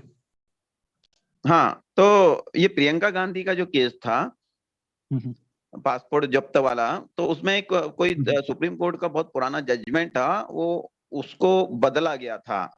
बोले नहीं, नियम ऐसा नहीं है कि एक बार सुप्रीम कोर्ट ने जजमेंट दे दिया तो दे दिया, उसको बदला गया है उस जजमेंट को।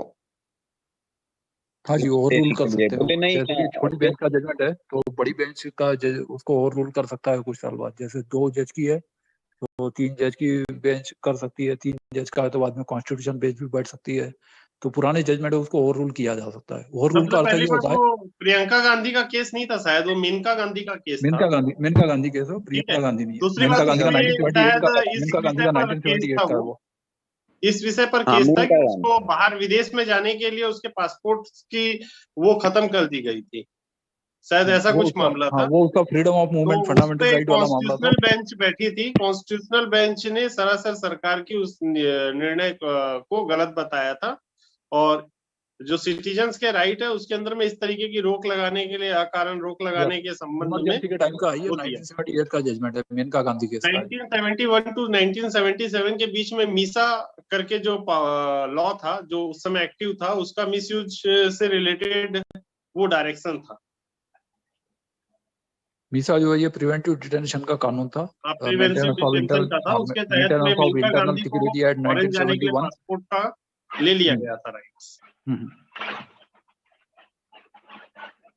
तो प्रिवेंटिव डिटेंशन का कानून था जो गिरीश बाद में कर दिया गया। देशपांडे वाले पे क्यों नहीं हो सकता विचार? क्या नहीं हो सकता भाई, जब दूसरे डिसीजन पे ओवर राइड हो सकता है तो गिरीश रामचंद्र देशपांडे का हो सकता है। तो चैलेंज कोई करेगा तो होगा। ऑफ कोर्स हो सकता है, वो तो कोई 3 जज की 5 जज की 7 जज की बेंच बढ़ जाए तो ओवर रूल भी हो सकता है। हाँ, वो तो ऑप्शन खुला ही है। लेकिन देखो, ओवर रूल का अर्थ ये होता है कि जो जिस केस में निर्णय हो गया वो केस फिर से नहीं उखाड़े जाएंगे, लेकिन आगे से कानून वो होगा जो हम कह रहे हैं। मतलब वो जो भी सुप्रीम कोर्ट वो करता है, तो पुराने जो ऑलरेडी डिसाइड हो गए वो केस फिर से नहीं खोले जाते, लेकिन जो आगे से कानून फिर वो हो जाता है जो मेजोरिटी जजमेंट कहता है। तो इस तरह से एक जुडिशियल प्रोप्राइटी या जुडिशियल डिसिप्लिन जिसको बोलते हैं कि सिंगल जज का है तो उसमें डबल जज का जो है वो ओवरराइड मतलब ओवर रूल कर सकता है, फिर 3 जज का 5 जज का, ऐसे मैक्सिमम 13 जज तक के भी हुए केसेस। तो इस तरह से ओवर रूल तो कर ही सकते हैं। तो ये भी ओवर रूल किया जा सकता है यदि मामला सुप्रीम कोर्ट तक कोई ले जाए और बड़ी बेंच की मांग करेगी, इसको जजमेंट को ही चैलेंज करे, है ना, कि ये जजमेंट है वो ही ये है, इसमें अन्याय हुआ है, तो उस तरह से चैलेंज किया जा सकता है। अगर आपको इस मामले में कुछ करना है, आपको इस मामले में कुछ करना है, तो जो सुप्रीम कोर्ट है, सुप्रीम कोर्ट के जो सचिव रजिस्ट्रार होते हैं, आप रजिस्ट्रार से रिलेटेड ऐसी कुछ इंफॉर्मेशन मांगिए जिस पर आपको विश्वास हो कि वो 81J का हवाला देकर आपको मना करने वाली है। आप उस रजिस्ट्रार की जानकारी मांगिए। अगर नहीं मिलेगा तो सुप्रीम कोर्ट में ही केस लगा दीजिएगा या दिल्ली हाई कोर्ट में लगा दीजिएगा। पहले जैसा भी स्थिति बनेगा वहां पर मजा आएगा। रास्ता बहुत लंबा है कि पहले सुप्रीम कोर्ट के खिलाफ सूचना आयोग, उसके बाद सूचना आयोग के जजमेंट के खिलाफ हाई कोर्ट, फिर हाई कोर्ट के निर्णय के खिलाफ सुप्रीम कोर्ट, फिर वहां पे बड़ी बेंच। आप कुछ मत करिए, एक जजमेंट आया था सुप्रीम कोर्ट में रजिस्ट्रार ऑफ सुप्रीम कोर्ट के रिलेटेड, उसी से रिलेटेड, उसी के कंप्लायंस के रिलेटेड, और उसी इंफॉर्मेशन को, जो इंफॉर्मेशन वहां पर पहले मांगी गई थी रजिस्ट्रार ऑफ सुप्रीम कोर्ट से, वही सेम इंफॉर्मेशन आप फिर मांग लीजिए। अब जब आप सेम इंफॉर्मेशन आप फिर मांगेंगे तो फिर उसके लिए आपको बहुत लंबा प्रोसीजर रन करने की जरूरत नहीं पड़ेगी। सुभाष चंद्र अग्रवाल के साथ था शायद जी।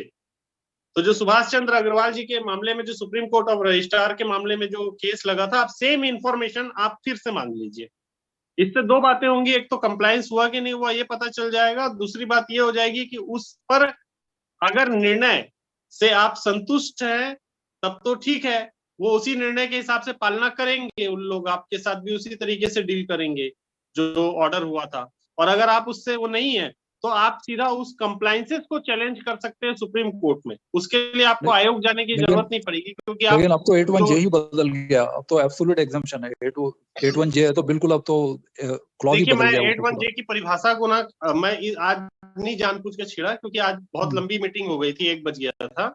वो 81J वाला जो है, अगर अगले बार के सब्जेक्ट में रखा जाएगा ना, तो मैं अपने साथियों का बहुत इसके अंदर का जो धारणा है मैं बदल दूंगा। अगले बार कोशिश करते हैं कि सीआरपीसी पर रखा जाए, जो जैसे पिछले बार आईपीसी पर हुआ था। तो उस तरह से आईपीसी का मैंने एक वो टेबल, कंपैरेटिव टेबल है, वो भी मैंने पोस्ट किया है ग्रुप में आज, जो देखा होगा आपने शायद, कि पहले क्या सेक्शन नंबर था, अभी क्या सेक्शन नंबर है। तो उस पर एक काफी बड़ा डॉक्यूमेंट बनाया है मैंने, 31 पेज का।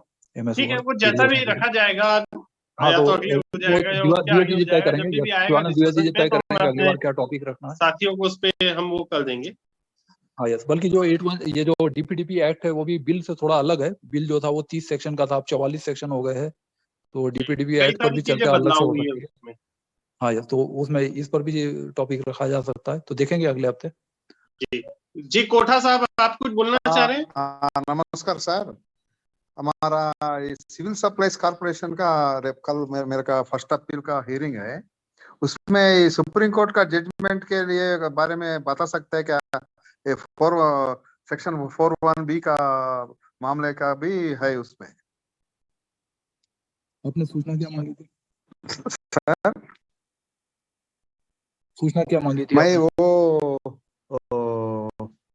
फार्मर्स का लिस्ट वगैरह पूरा बताओ बोल के, फार्मर्स बेनिफिशियरी लिस्ट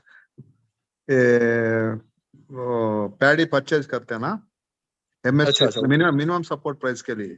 हाँ, यस यस, मिनिमम उसमें 41B में बताना और नहीं बता रहे, फिर भी मैं हम 3-4 मांगे, मगर वो एक मांग ये भी है।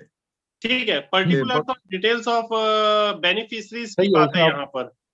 हाँ, ये 41B में पब्लिक इंफॉर्मेशन होनी चाहिए। ऑफिस इंस्पेक्शन के लिए मांगा था मैं। हाँ, ये आप कोट कर सकते हैं सुप्रीम कोर्ट का जजमेंट कि ये पब्लिक इन्फॉर्मेशन है दी जाए ना, ये मांग आप कर सकते हैं फर्स्ट अपील के सुनवाई के समय। ये प्रिंट आउट लेके वो भी हाँ जी सबमिट करें। बिल्कुल यस प्रिंट आउट लेके पूरा जजमेंट, क्योंकि सूचना आयोग में भी कई बार लोग जजमेंट वगैरह करते हैं जो रिलेवेंट पेजेस है, रिलेवेंट पैराग्राफ्स है, तो अपनी प्लीडिंग्स के सपोर्ट के लिए आप बिल्कुल लगा सकते हैं। वही पूछना चाहता था। जो भी आपके आर्गुमेंट को सपोर्ट करता है ना, तो वो चीजें अपने तरफ से आप कोट कर सकते हैं। तो मैं ऑफिस इंस्पेक्शन मांगा था वो हेड ऑफिस में, वो बता रहे आप डिस्ट्रिक्ट ऑफिस को जाओ बोल के। इधर है इंफॉर्मेशन, इधर नहीं देखना, उधर भागो, उधर से इधर भागो बोल के बता रहे लोग। अच्छा वो बता देंगे वो लिखित पूर्वक में। और एक सर, वो हियरिंग के समय पीआईओ का वादा क्या है, वो लिखित पूर्वक में मेरे को देव बोल के पूछ सकता है ना? नहीं, वो जरूरी नहीं है उपस्थित होना, वो उसमें हाँ स्टेटमेंट मांग सकते हैं, स्टेटमेंट की कॉपी, क्योंकि आप यदि ऑब्जेक्शन फाइल करना चाहते हैं या कुछ रिजॉइंडर लगाना चाहते हैं तो किस पार्टी ने क्या जवाब दिया उसकी कॉपी आप मांग सकते हैं, और आयोग कई बार देते भी है। हाँ, वो मांग के उसके ऊपर भी हम दे सकते हैं ना नेक्स्ट। हाँ यस, उस पर फिर आप उसका प्रतिवाद कर सकते हैं ना, तो वो कॉपी सकते हैं कि आपको वो कॉपी चाहिए कि उन्होंने क्या लिख के दिया है, और कई बार आयोग दे भी देते हैं या पढ़ के सुना देते हैं, छोटा सा हो तो उसी टाइम पे। ना आयोग का नहीं, ये फर्स्ट अपील है। फर्स्ट अपील, हाँ फर्स्ट अपील है तब भी मांग सकते हैं। हाँ ओके ठीक है, हाँ वो मिल सकता है। हाँ ठीक है, धन्यवाद। बल्कि कई बार तो अपील अधिकारी दोनों साइड की आर्गुमेंट लिख ही देते हैं खुद अपने निर्णय में कि पीआईओ का ये कहना था, अपीलेंट का ये कहना था, इस तरह से कई अपीलेट अथॉरिटी अपने जजमेंट में सब कुछ कोट भी कर देते हैं कि इसका ये कहना था, इसका ये कहना था, और फाइनली हमारा ये निर्णय है, तो उसमें वो सब चीजें आ भी जाती है निर्णय में भी। ओके सर, धन्यवाद। है ना, जो रीजन और स्पीकिंग जजमेंट जो होते हैं तो उसमें वो तर्कपूर्ण और वो जो भी चीजें हैं तो वो उसमें बता देते हैं, ताकि दोनों पार्टी को अपोजिट पार्टी का क्या कहना है ये पता चल सके। ओके, धन्यवाद। हाँ, तो जो अच्छे जजमेंट होते हैं या जो अच्छे अपीली अधिकारी होते हैं उनको ये सब चीजों का ध्यान रखना चाहिए, और ये दोनों साइड के जो वाद प्रतिवाद है वो पूरा प्लीडिंग्स उनको अपने उसमें डॉक्यूमेंट करना चाहिए। जैसा इसमें भी हमने देखा, सुप्रीम कोर्ट का भी जजमेंट है ना, तो इसमें हमने देखा कि दोनों पक्षों का उन्होंने कहा कि पिटिशनर का क्या कहना था, गवर्नमेंट ऑफ इंडिया का क्या कहना था, है ना, तो ये दोनों चीजों को उन्होंने कहा। तो इस तरह से दोनों पक्षों का कहते हैं, उसके बाद फिर आखिरी में फिर जज अपनी बात कहता है कि उन्होंने क्या कंक्लूजन निकाला या क्या डिसीजन उसमें लिया, तो वो उसमें कहना चाहिए। तो इस तरह से वो प्लीडिंग होनी चाहिए। ओके, धन्यवाद। ओके, धन्यवाद सर। छोटा सा क्वेश्चन था एक। हाँ जी। जैसे हम निरीक्षण करते हैं फाइलों का, सर वो तो हो गया ऑफिस में फाइलों का निरीक्षण, लेकिन यदि कोई सरकारी खर्च से कोई भी चीज है, जैसे सोलर लाइट लगा दी है या डेस्क लगा दी है, बेंच लगा दिए हैं या कुछ चीजें, यदि हमें उसके बारे में निरीक्षण करना हो तो क्या कैसे करें, क्योंकि वो तो भौतिक निरीक्षण हो गया है। इसमें हाईकोर्ट के अलग अलग जजमेंट, इसमें है ना हाईकोर्ट के अलग अलग निर्णय है, क्योंकि इसमें जो लिखा है कि वर्क, तो वर्क का अर्थ दिल्ली हाईकोर्ट ने ये निकाला है कि it is work of information only, it is not related to any other work. क्योंकि इसमें वाइड इंटरप्रिटेशन देने में प्रॉब्लम हो रही है कि यदि हम कोई भी वर्क देखना चाहे तो फिर कल कोई राष्ट्रपति भवन का पूछे कि भाई हमको राष्ट्रपति भवन की दीवार तोड़ के सैंपल दिखाओ कि कैसे कंस्ट्रक्ट हुआ है, ठीक है कि नहीं है। कल चल के कोई कर देगा कि वो ज्ञानवापी मस्जिद का दिखाओ कि शिवलिंग था कि नहीं, मुझे सैंपल चाहिए। तो इस तरह की चीजें लोग आरटीआई में लगाने लग जाएंगे। तो इससे जो वर्क है उसका स्कोप उन्होंने रिस्ट्रिक्ट किया है कि वर्क का मतलब work related to information only, कि जो सूचना से संबंधित वर्क है वही वर्क इस डेफिनेशन में आता है। ऐसा एक उत्तराखंड सूचना आयोग का भी निर्णय है सीआईसी का, और दिल्ली हाईकोर्ट का भी एक निर्णय है, उसमें वर्क को केवल यही मांगा है कि वर्क का जो भौतिक सत्यापन है वो आप दूसरे तरह से कर सकते हैं। मे बी आप प्रिवेंशन ऑफ करप्शन एक्ट में कोई कंप्लेंट कर सकते हैं, जैसे आपको पता है कि लोग भ्रष्टाचार करते हैं, कागज पर ही रोड बना देते हैं जबकि एक्चुअली रोड बनी ही नहीं है। हाँ बिल्कुल, तो ये भी यही है। हाँ, तो ये फिर प्रिवेंशन ऑफ करप्शन एक्ट में आता है, ये आरटीआई के दायरे में नहीं आता है। मतलब इंस्पेक्शन जो होता है उसमें कोई चीज नहीं बनी है तो आप सीधा उसमें प्रिवेंशन ऑफ करप्शन एक्ट में कंप्लेंट कर सकते हैं, और उसमें फिर उनको साबित करना पड़ता है कि ये कैसे ये चीज हुआ है, भ्रष्टाचार का मामला है। जो inspection of work document and records है, डॉक्यूमेंट और रिकॉर्ड तो परिभाषित है जो आपको कार्यालयों में मिल जाएगा। जो वर्क है, वर्क के अंदर में कोई भी वर्क्स जो पीडब्ल्यूडी के अंदर में होते हैं वो भी वर्क्स है, तो उसके अंतर्गत आने वाले विभागों के अंदर भी होते हैं वो भी वर्क्स है। तो जो आप साइड में रोड वगैरह का इंस्पेक्शन करते हैं तो इसमें आप 3 तरीके के काम कर सकते हैं। एक तो आप उनको अगर आवेदन में इस चीज को मेंशन किए हुए हैं कि आप इस रोड की इस दायरे में हुए काम का या चालू काम का निरीक्षण करना चाहते हैं, तो आप निरीक्षण करने की बात का उल्लेख आप करते हुए उसको उस जगह पे साइट्स पर आप निरीक्षण कर सकते हैं। अगर आप उस निरीक्षण के दौरान पे उस साइट में उपयोग हुए मटेरियल्स के सैंपल्स लेना चाहते हैं, तो आप उस सैंपल का वो ले सकते हैं। अगर आपको लग रहा है कि रोड का जो काम हुआ है, जितना मोटाई का होना चाहिए था, जितना बिटुमेन या सीमेंट्स के साथ होना चाहिए था, या जिस साइज के कंक्रीट के साइज होना चाहिए था, अगर आपको इस पर विश्वास है कि नहीं वो गलत हुआ है, तो आप उससे कोर कटिंग की डिमांड करते हुए उसको लैब टेस्ट के लिए मांग सकते हैं। लैब टेस्ट के लिए वो फिर आपको सील पैक प्रक्रिया से उस चीज को करके देंगे। तो उसके लिए जो भी चार्जेस होगा उसको पे करने के लिए आप रिस्पॉन्सिबिलिटी अपनी लेते हुए उस बात को रख सकते हैं, क्योंकि ये जो है जो प्रैक्टिस ऑफ वर्क है उसके अंदर में ये चीज आता है। जो पीडब्ल्यूडी का वर्क मैनुअल होता है उसमें ये प्रोविजंस दिए हुए रहते हैं। जी ये सर, ये बात होगी भाई पीडब्ल्यूडी की। मैं बात कर रहा हूँ सोलर लाइट की। सोलर लाइट गाँव में लगा दी 200, सोलर लाइट के लिए भी वही चीज लागू होगा। सोलर लाइट के लिए भी वही चीज लागू होगा। यहाँ पर दो तरीके से सोलर लाइट आपके लग सकते हैं, या तो किसी विभाग के जरिए से, पंचायत के जरिए से लगी हुई है क्या लाइट्स? हाँ पंचायत के जरिए से, पंचायत के जरिए से लगी है। तो 14वें और 15वें वित्त आयोग के जो पैसे आए थे, उस 14वें और 15वें वित्त आयोग के पैसे के जरिए से इस तरीके के काम किए गए थे, क्योंकि उसके अंदर में प्रगति और रिन्यूएबल एनर्जी के काम के लिए इसमें व्यवस्था दी गई थी।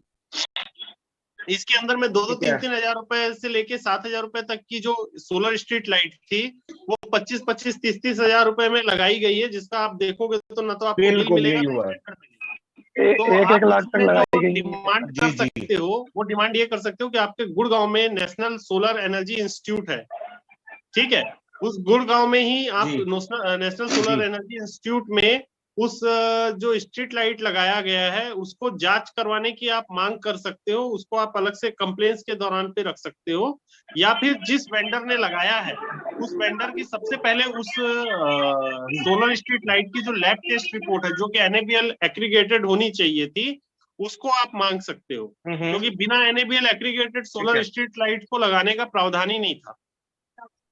और कोई भी NABL एग्रीगेटेड स्ट्रीट लाइट की जो खरीदी की कीमत है वो 15,000 से 16,000 रुपए की पड़ती है, और जो ये स्ट्रीट लाइट जितनी भी ग्राम पंचायतों में लगी है 3,000 से लेके 7,000 रुपए के अंदर आने वाली गुणवत्ताहीन सोलर लाइटें हैं।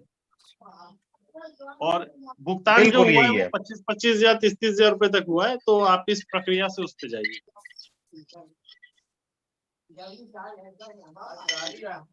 ठीक है, तो ठीक है देवेंद्र जी और बीरेन जी, तो फिर कार्यक्रम को विराम दिया जाए यहाँ पर। हाँ जी धन्यवाद। हाँ जी बिल्कुल, बहुत सर बहुत धन्यवाद। एक क्वेश्चन था सर। हाँ हेलो, अपना क्वेश्चन आप भी पूछ लीजिए आखिरी में, बिल्कुल पूछ लीजिए। सर ये प्रिवेंशन ऑफ करप्शन का शिकायत कहाँ करना होगा? वो ऑर्डिनरी पुलिस ही FIR ले सकती है ना, उसमें आपको FIR में बताना है कि जो करप्शन है तो प्रिवेंशन ऑफ करप्शन एक्ट में वो बुक कर सकते हैं। आपको धारा बताने की जरूरत नहीं, आपको केवल कंटेंट बताने हैं। पुलिस खुद ही लगा देती है कि IPC का ऑफेंस बनता है, नॉन IPC बनता है। भैया करप्शन का मामला जो 161 से 165 तक था वो तो पूरा मिटा दिया गया है, हटा दिया गया है। हाँ, तो अभी जो आपको करप्शन के लिए आपके पास चार विभाग हैं। अगर आपका स्टेट लेवल से संबंधित इशू है करप्शन का, तो आप एंटी करप्शन ब्यूरो EOW जो इकोनॉमिक्स ऑफ इस तरीके के जो वो होते हैं उसको देखने के लिए आप लोकायुक्त में जा सकते हैं, और अगर आप सेंट्रल में भी जाना चाहें तो लोकपाल में जा सकते हैं। तो ये अभी विजिलेंस के लिए इस तरीके की काम करने वाली है महत्वपूर्ण इकाई है। सेंट्रल गवर्नमेंट से रिलेटेड है तो आप ED में लगाइए और लोकपाल में लगाइए, और आपका एक ग्रीवांस सेल बना हुआ है आपका सेंट्रल में, सेंट्रल ग्रीवांस सेल, वहां पर आप ऑनलाइन भी अपनी शिकायत को दे सकते हैं। Okay sir, thanks sir. ठीक है, तो बहुत बहुत धन्यवाद आप सभी का, विशेष तौर पर वीरेंद्र कुमार ठक्कर साहब का, श्री शैलेश गांधी जी का और देवेंद्र अग्रवाल जी का, आप सभी का, भास्कर प्रभु जी का, सभी उपस्थित यहाँ पर साथीगण, बहुत बहुत धन्यवाद। अगले संडे को हम फिर किसी नए टॉपिक के साथ मिलेंगे और चर्चा करेंगे। इस बार थोड़ा सा हम यहाँ पे एक कार्यक्रम चल रहा था, इसकी वजह से ज्यादा अपने आप को वो नहीं कर पाए, क्योंकि म्यूट करके रखना था। पर कोई बात नहीं है, अगले संडे थोड़ी जानकारी मुझे भी चाहिए थी। हेलो, हाँ शुभम जी पूछिए ना, अभी तक आप क्या कर रहे थे? सर बस मैं इंतजार कर रहा था मेरा नंबर लगे। नहीं नहीं बोलिए, बीच में आप जैसे भी अपना हैंड रेज करके, आप लोग हैंड रेज सर मैं ये हाँ बिल्कुल बिल्कुल सर, मैं ये जानना चाह रहा था, एक कर्मकांड मंडल का मामला है हमारे इधर का। एक व्यक्ति की मौत हो गई थी, उसके पैर में कील लग गई थी, तो उससे वो पॉइजन फैल गया था, उसमें इन्फेक्शन की वजह से उसकी मृत्यु हो गई। उसके बाद कर्मकांड मंडल का कार्ड नहीं है और वो बीपीएल धारी है सर, तो उसको ये कहते हुए मना कर दिया कि आप कर्मकांड मंडल नहीं है, इसलिए आपको उसका लाभ नहीं दिया जा सकता।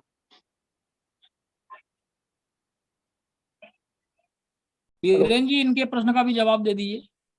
हाँ, तो इसमें क्या सूचना देने से मना किया? आरटीआई का मामला है क्या? आरटीआई का मामला नहीं सर, कर्मकांड मंडल से जुड़ा हुआ है। कोई व्यक्ति को कील लग गई थी पैर में, उसकी मृत्यु हो गई है, जिसमें स्टेट गवर्नमेंट के द्वारा सामान्य मृत्यु पे 2 लाख और दुर्घटना में 4 लाख का प्रोविजन है। और व्यक्ति बीपीएल धारी है, लेकिन उसका कर्मकांड मंडल का कार्ड नहीं था। उनका ये कहना है कर्मकांड मंडल का कार्ड बना होता तो इनको ये लाभ मिल जाता, तो कर्मकांड मंडल का कार्ड नहीं, इसलिए लाभ नहीं दिया जाता। फिर भी आप इसमें मानव अधिकार आयोग को जा सकते हैं। मानव अधिकार आयोग इस मामले को देख सकता है ना, कि उनको कॉम्पेंसेशन मिलना चाहिए या नहीं मिलना चाहिए, और वो चाहे तो मुआवजा दिला भी सकता है ना। तो आप अपने राज्य के जो मानवाधिकार आयोग है वहां पे आप ये मैटर को ले जा सकते हैं, है ना। जैसे टेक्निकल राउंड पे उन्होंने मना किया कि अमुक कार्ड नहीं बना, इसलिए ये बेनिफिट नहीं दिया जा सकता है, तो मानवाधिकार आयोग में आप ले जाए, तो मुझे लगता है कि वहां पर आपको सोल्यूशन मिल सकता है इसका, है ना जी। जबकि सामने वाला बीपीएल धारी है। हाँ, तो वो चीज वो साबित भी कर सकता है, और मानवाधिकार आयोग में केस करना चाहिए, तो उसे मुझे लगता है कि वो कॉम्पेंसेशन भी दिलवा सकता है आयोग। बिल्कुल, बीपीएल धारी है तो इसमें उनको जरूर इसका रेमेडी मिलेगी कुछ ना कुछ। आपको प्रयास करना चाहिए। वहां पर मानवाधिकार आयोग मध्य प्रदेश अरेरा हिल्स भोपाल जो पर्यावास भवन में है, आप ऐसी कोई साइटेशन हाई कोर्ट या सुप्रीम कोर्ट की, वो तो ढूंढना, ऐसी कोई साइटेशन सुप्रीम कोर्ट या हाई कोर्ट के? कई सारे मामले जो है मानवाधिकार आयोग में, उनकी एक पत्रिका आती है, एक एनुअल मैगजीन आती है, जिसमें उन्होंने किस किस को क्या क्या लाभ दिलवाए हैं, कहाँ कहाँ उन्होंने हस्तक्षेप किया है, वो सब डिटेल्स वहां भी मिल जाएंगे। आप जब जाएंगे ना आयोग में, विदिशा में आप हैं, विदिशा से बड़े मुश्किल से भोपाल की दूरी आप जानते हैं 60-70 किलोमीटर, कभी आप भ्रमण भी कर सकते हैं वहाँ पे। उनकी मैगजीन उठाइए, हर साल उनका रहता है, उनकी जो उपलब्धियां रहती हैं कि कहाँ कहाँ उन्होंने क्या क्या करवाया है, वो सब मिल जाएगा आपको। ये पात्र है काफी हद तक बीपीएल में है, तो हाँ, और मेरे ख्याल से सीधा हाई कोर्ट जाने की जरूरत नहीं है, पहले मानवाधिकार आयोग ट्राई करिए, वहां रेमेडी ना मिले तो फिर आप हाई कोर्ट जा सकते बाद में, है ना। बिल्कुल बिल्कुल, हाई कोर्ट जाएंगे तो पता नहीं कितना समय लगेगा। मानवाधिकार आयोग में अध्यक्ष महोदय से मिल करके आप उसका समाधान थोड़ा जल्दी निकलवा सकते हैं, है ना, कम से कम उनसे चर्चा कर सकते हैं आप। चलिए ठीक है, बहुत बहुत धन्यवाद आप सभी का। तो ठीक है वीरेन जी और सबका, आप मिलते हैं फिर अगले संडे को। Okay, thank you very much. धन्यवाद। Recording stopped.